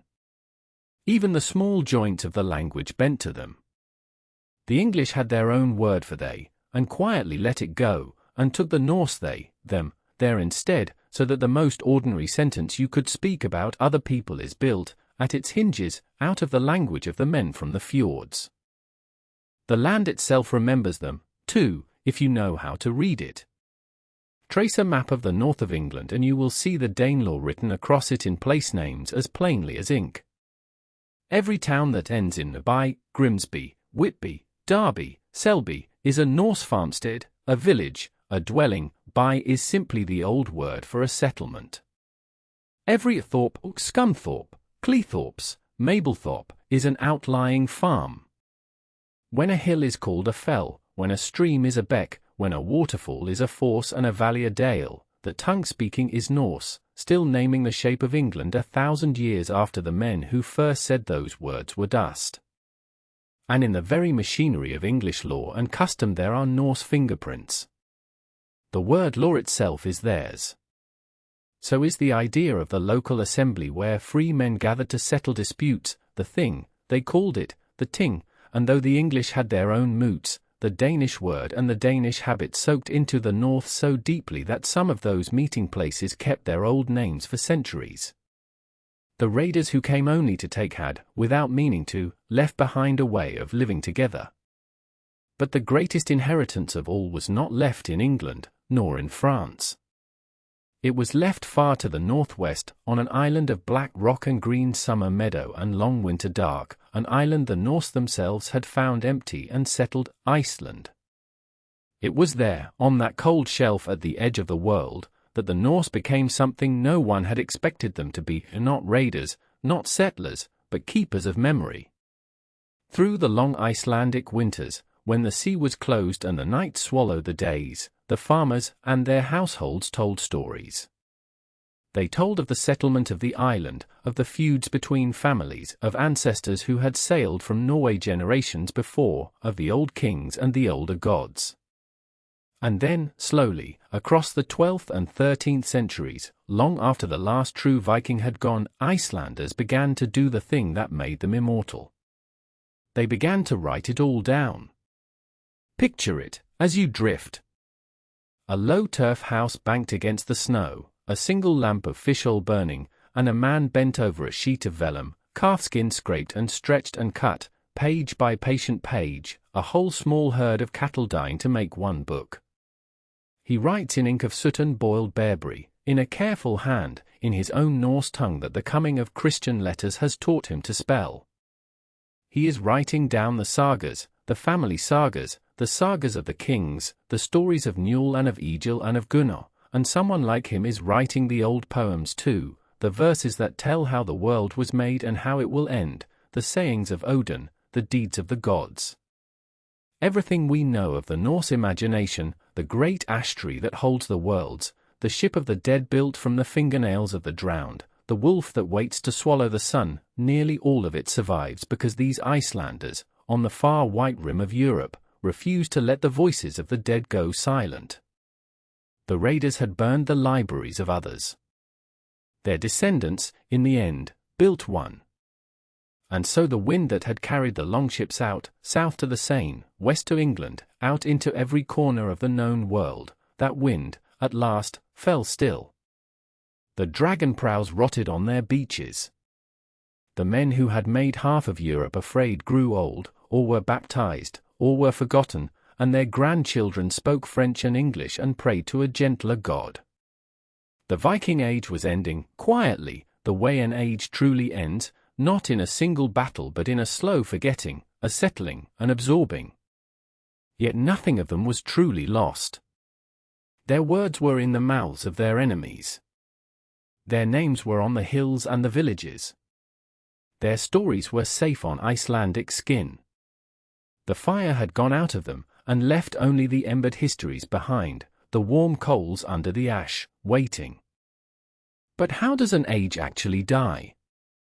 What was the very last of it, the final year when a Norse king could still dream, as Harald had dreamed and Rollo before him, that the whole world lay open to a man with ships and courage?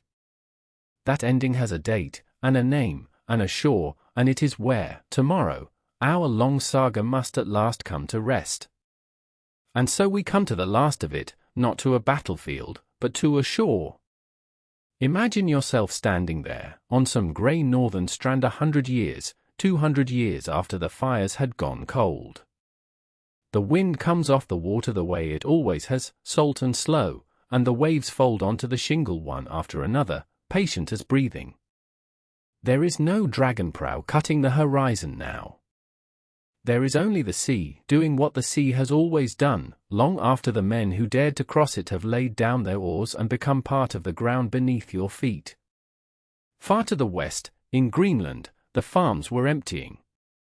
For centuries the descendants of Eric the Red had held on at the very edge of the habitable world, in two small settlements pressed between the ice and the ocean.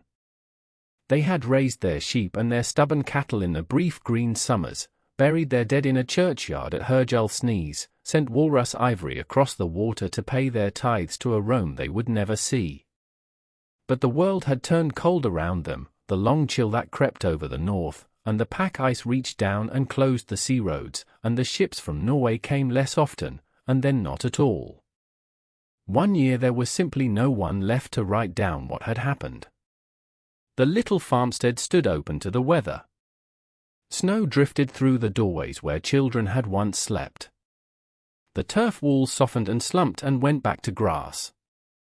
And the last of the Norse Greenlanders passed out of all memory so quietly that we still do not know exactly how, or exactly when, only that the cold had the final word, and the houses they built are hummocks in the tundra now, green in the short summer, white the rest of the long year.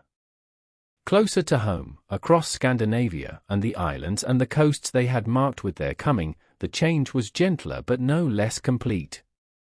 The grey grave mounds, the ship burials heaped with earth over some vanished chieftain and all his treasure, settled slowly into the landscape, season upon season, until they were only hills.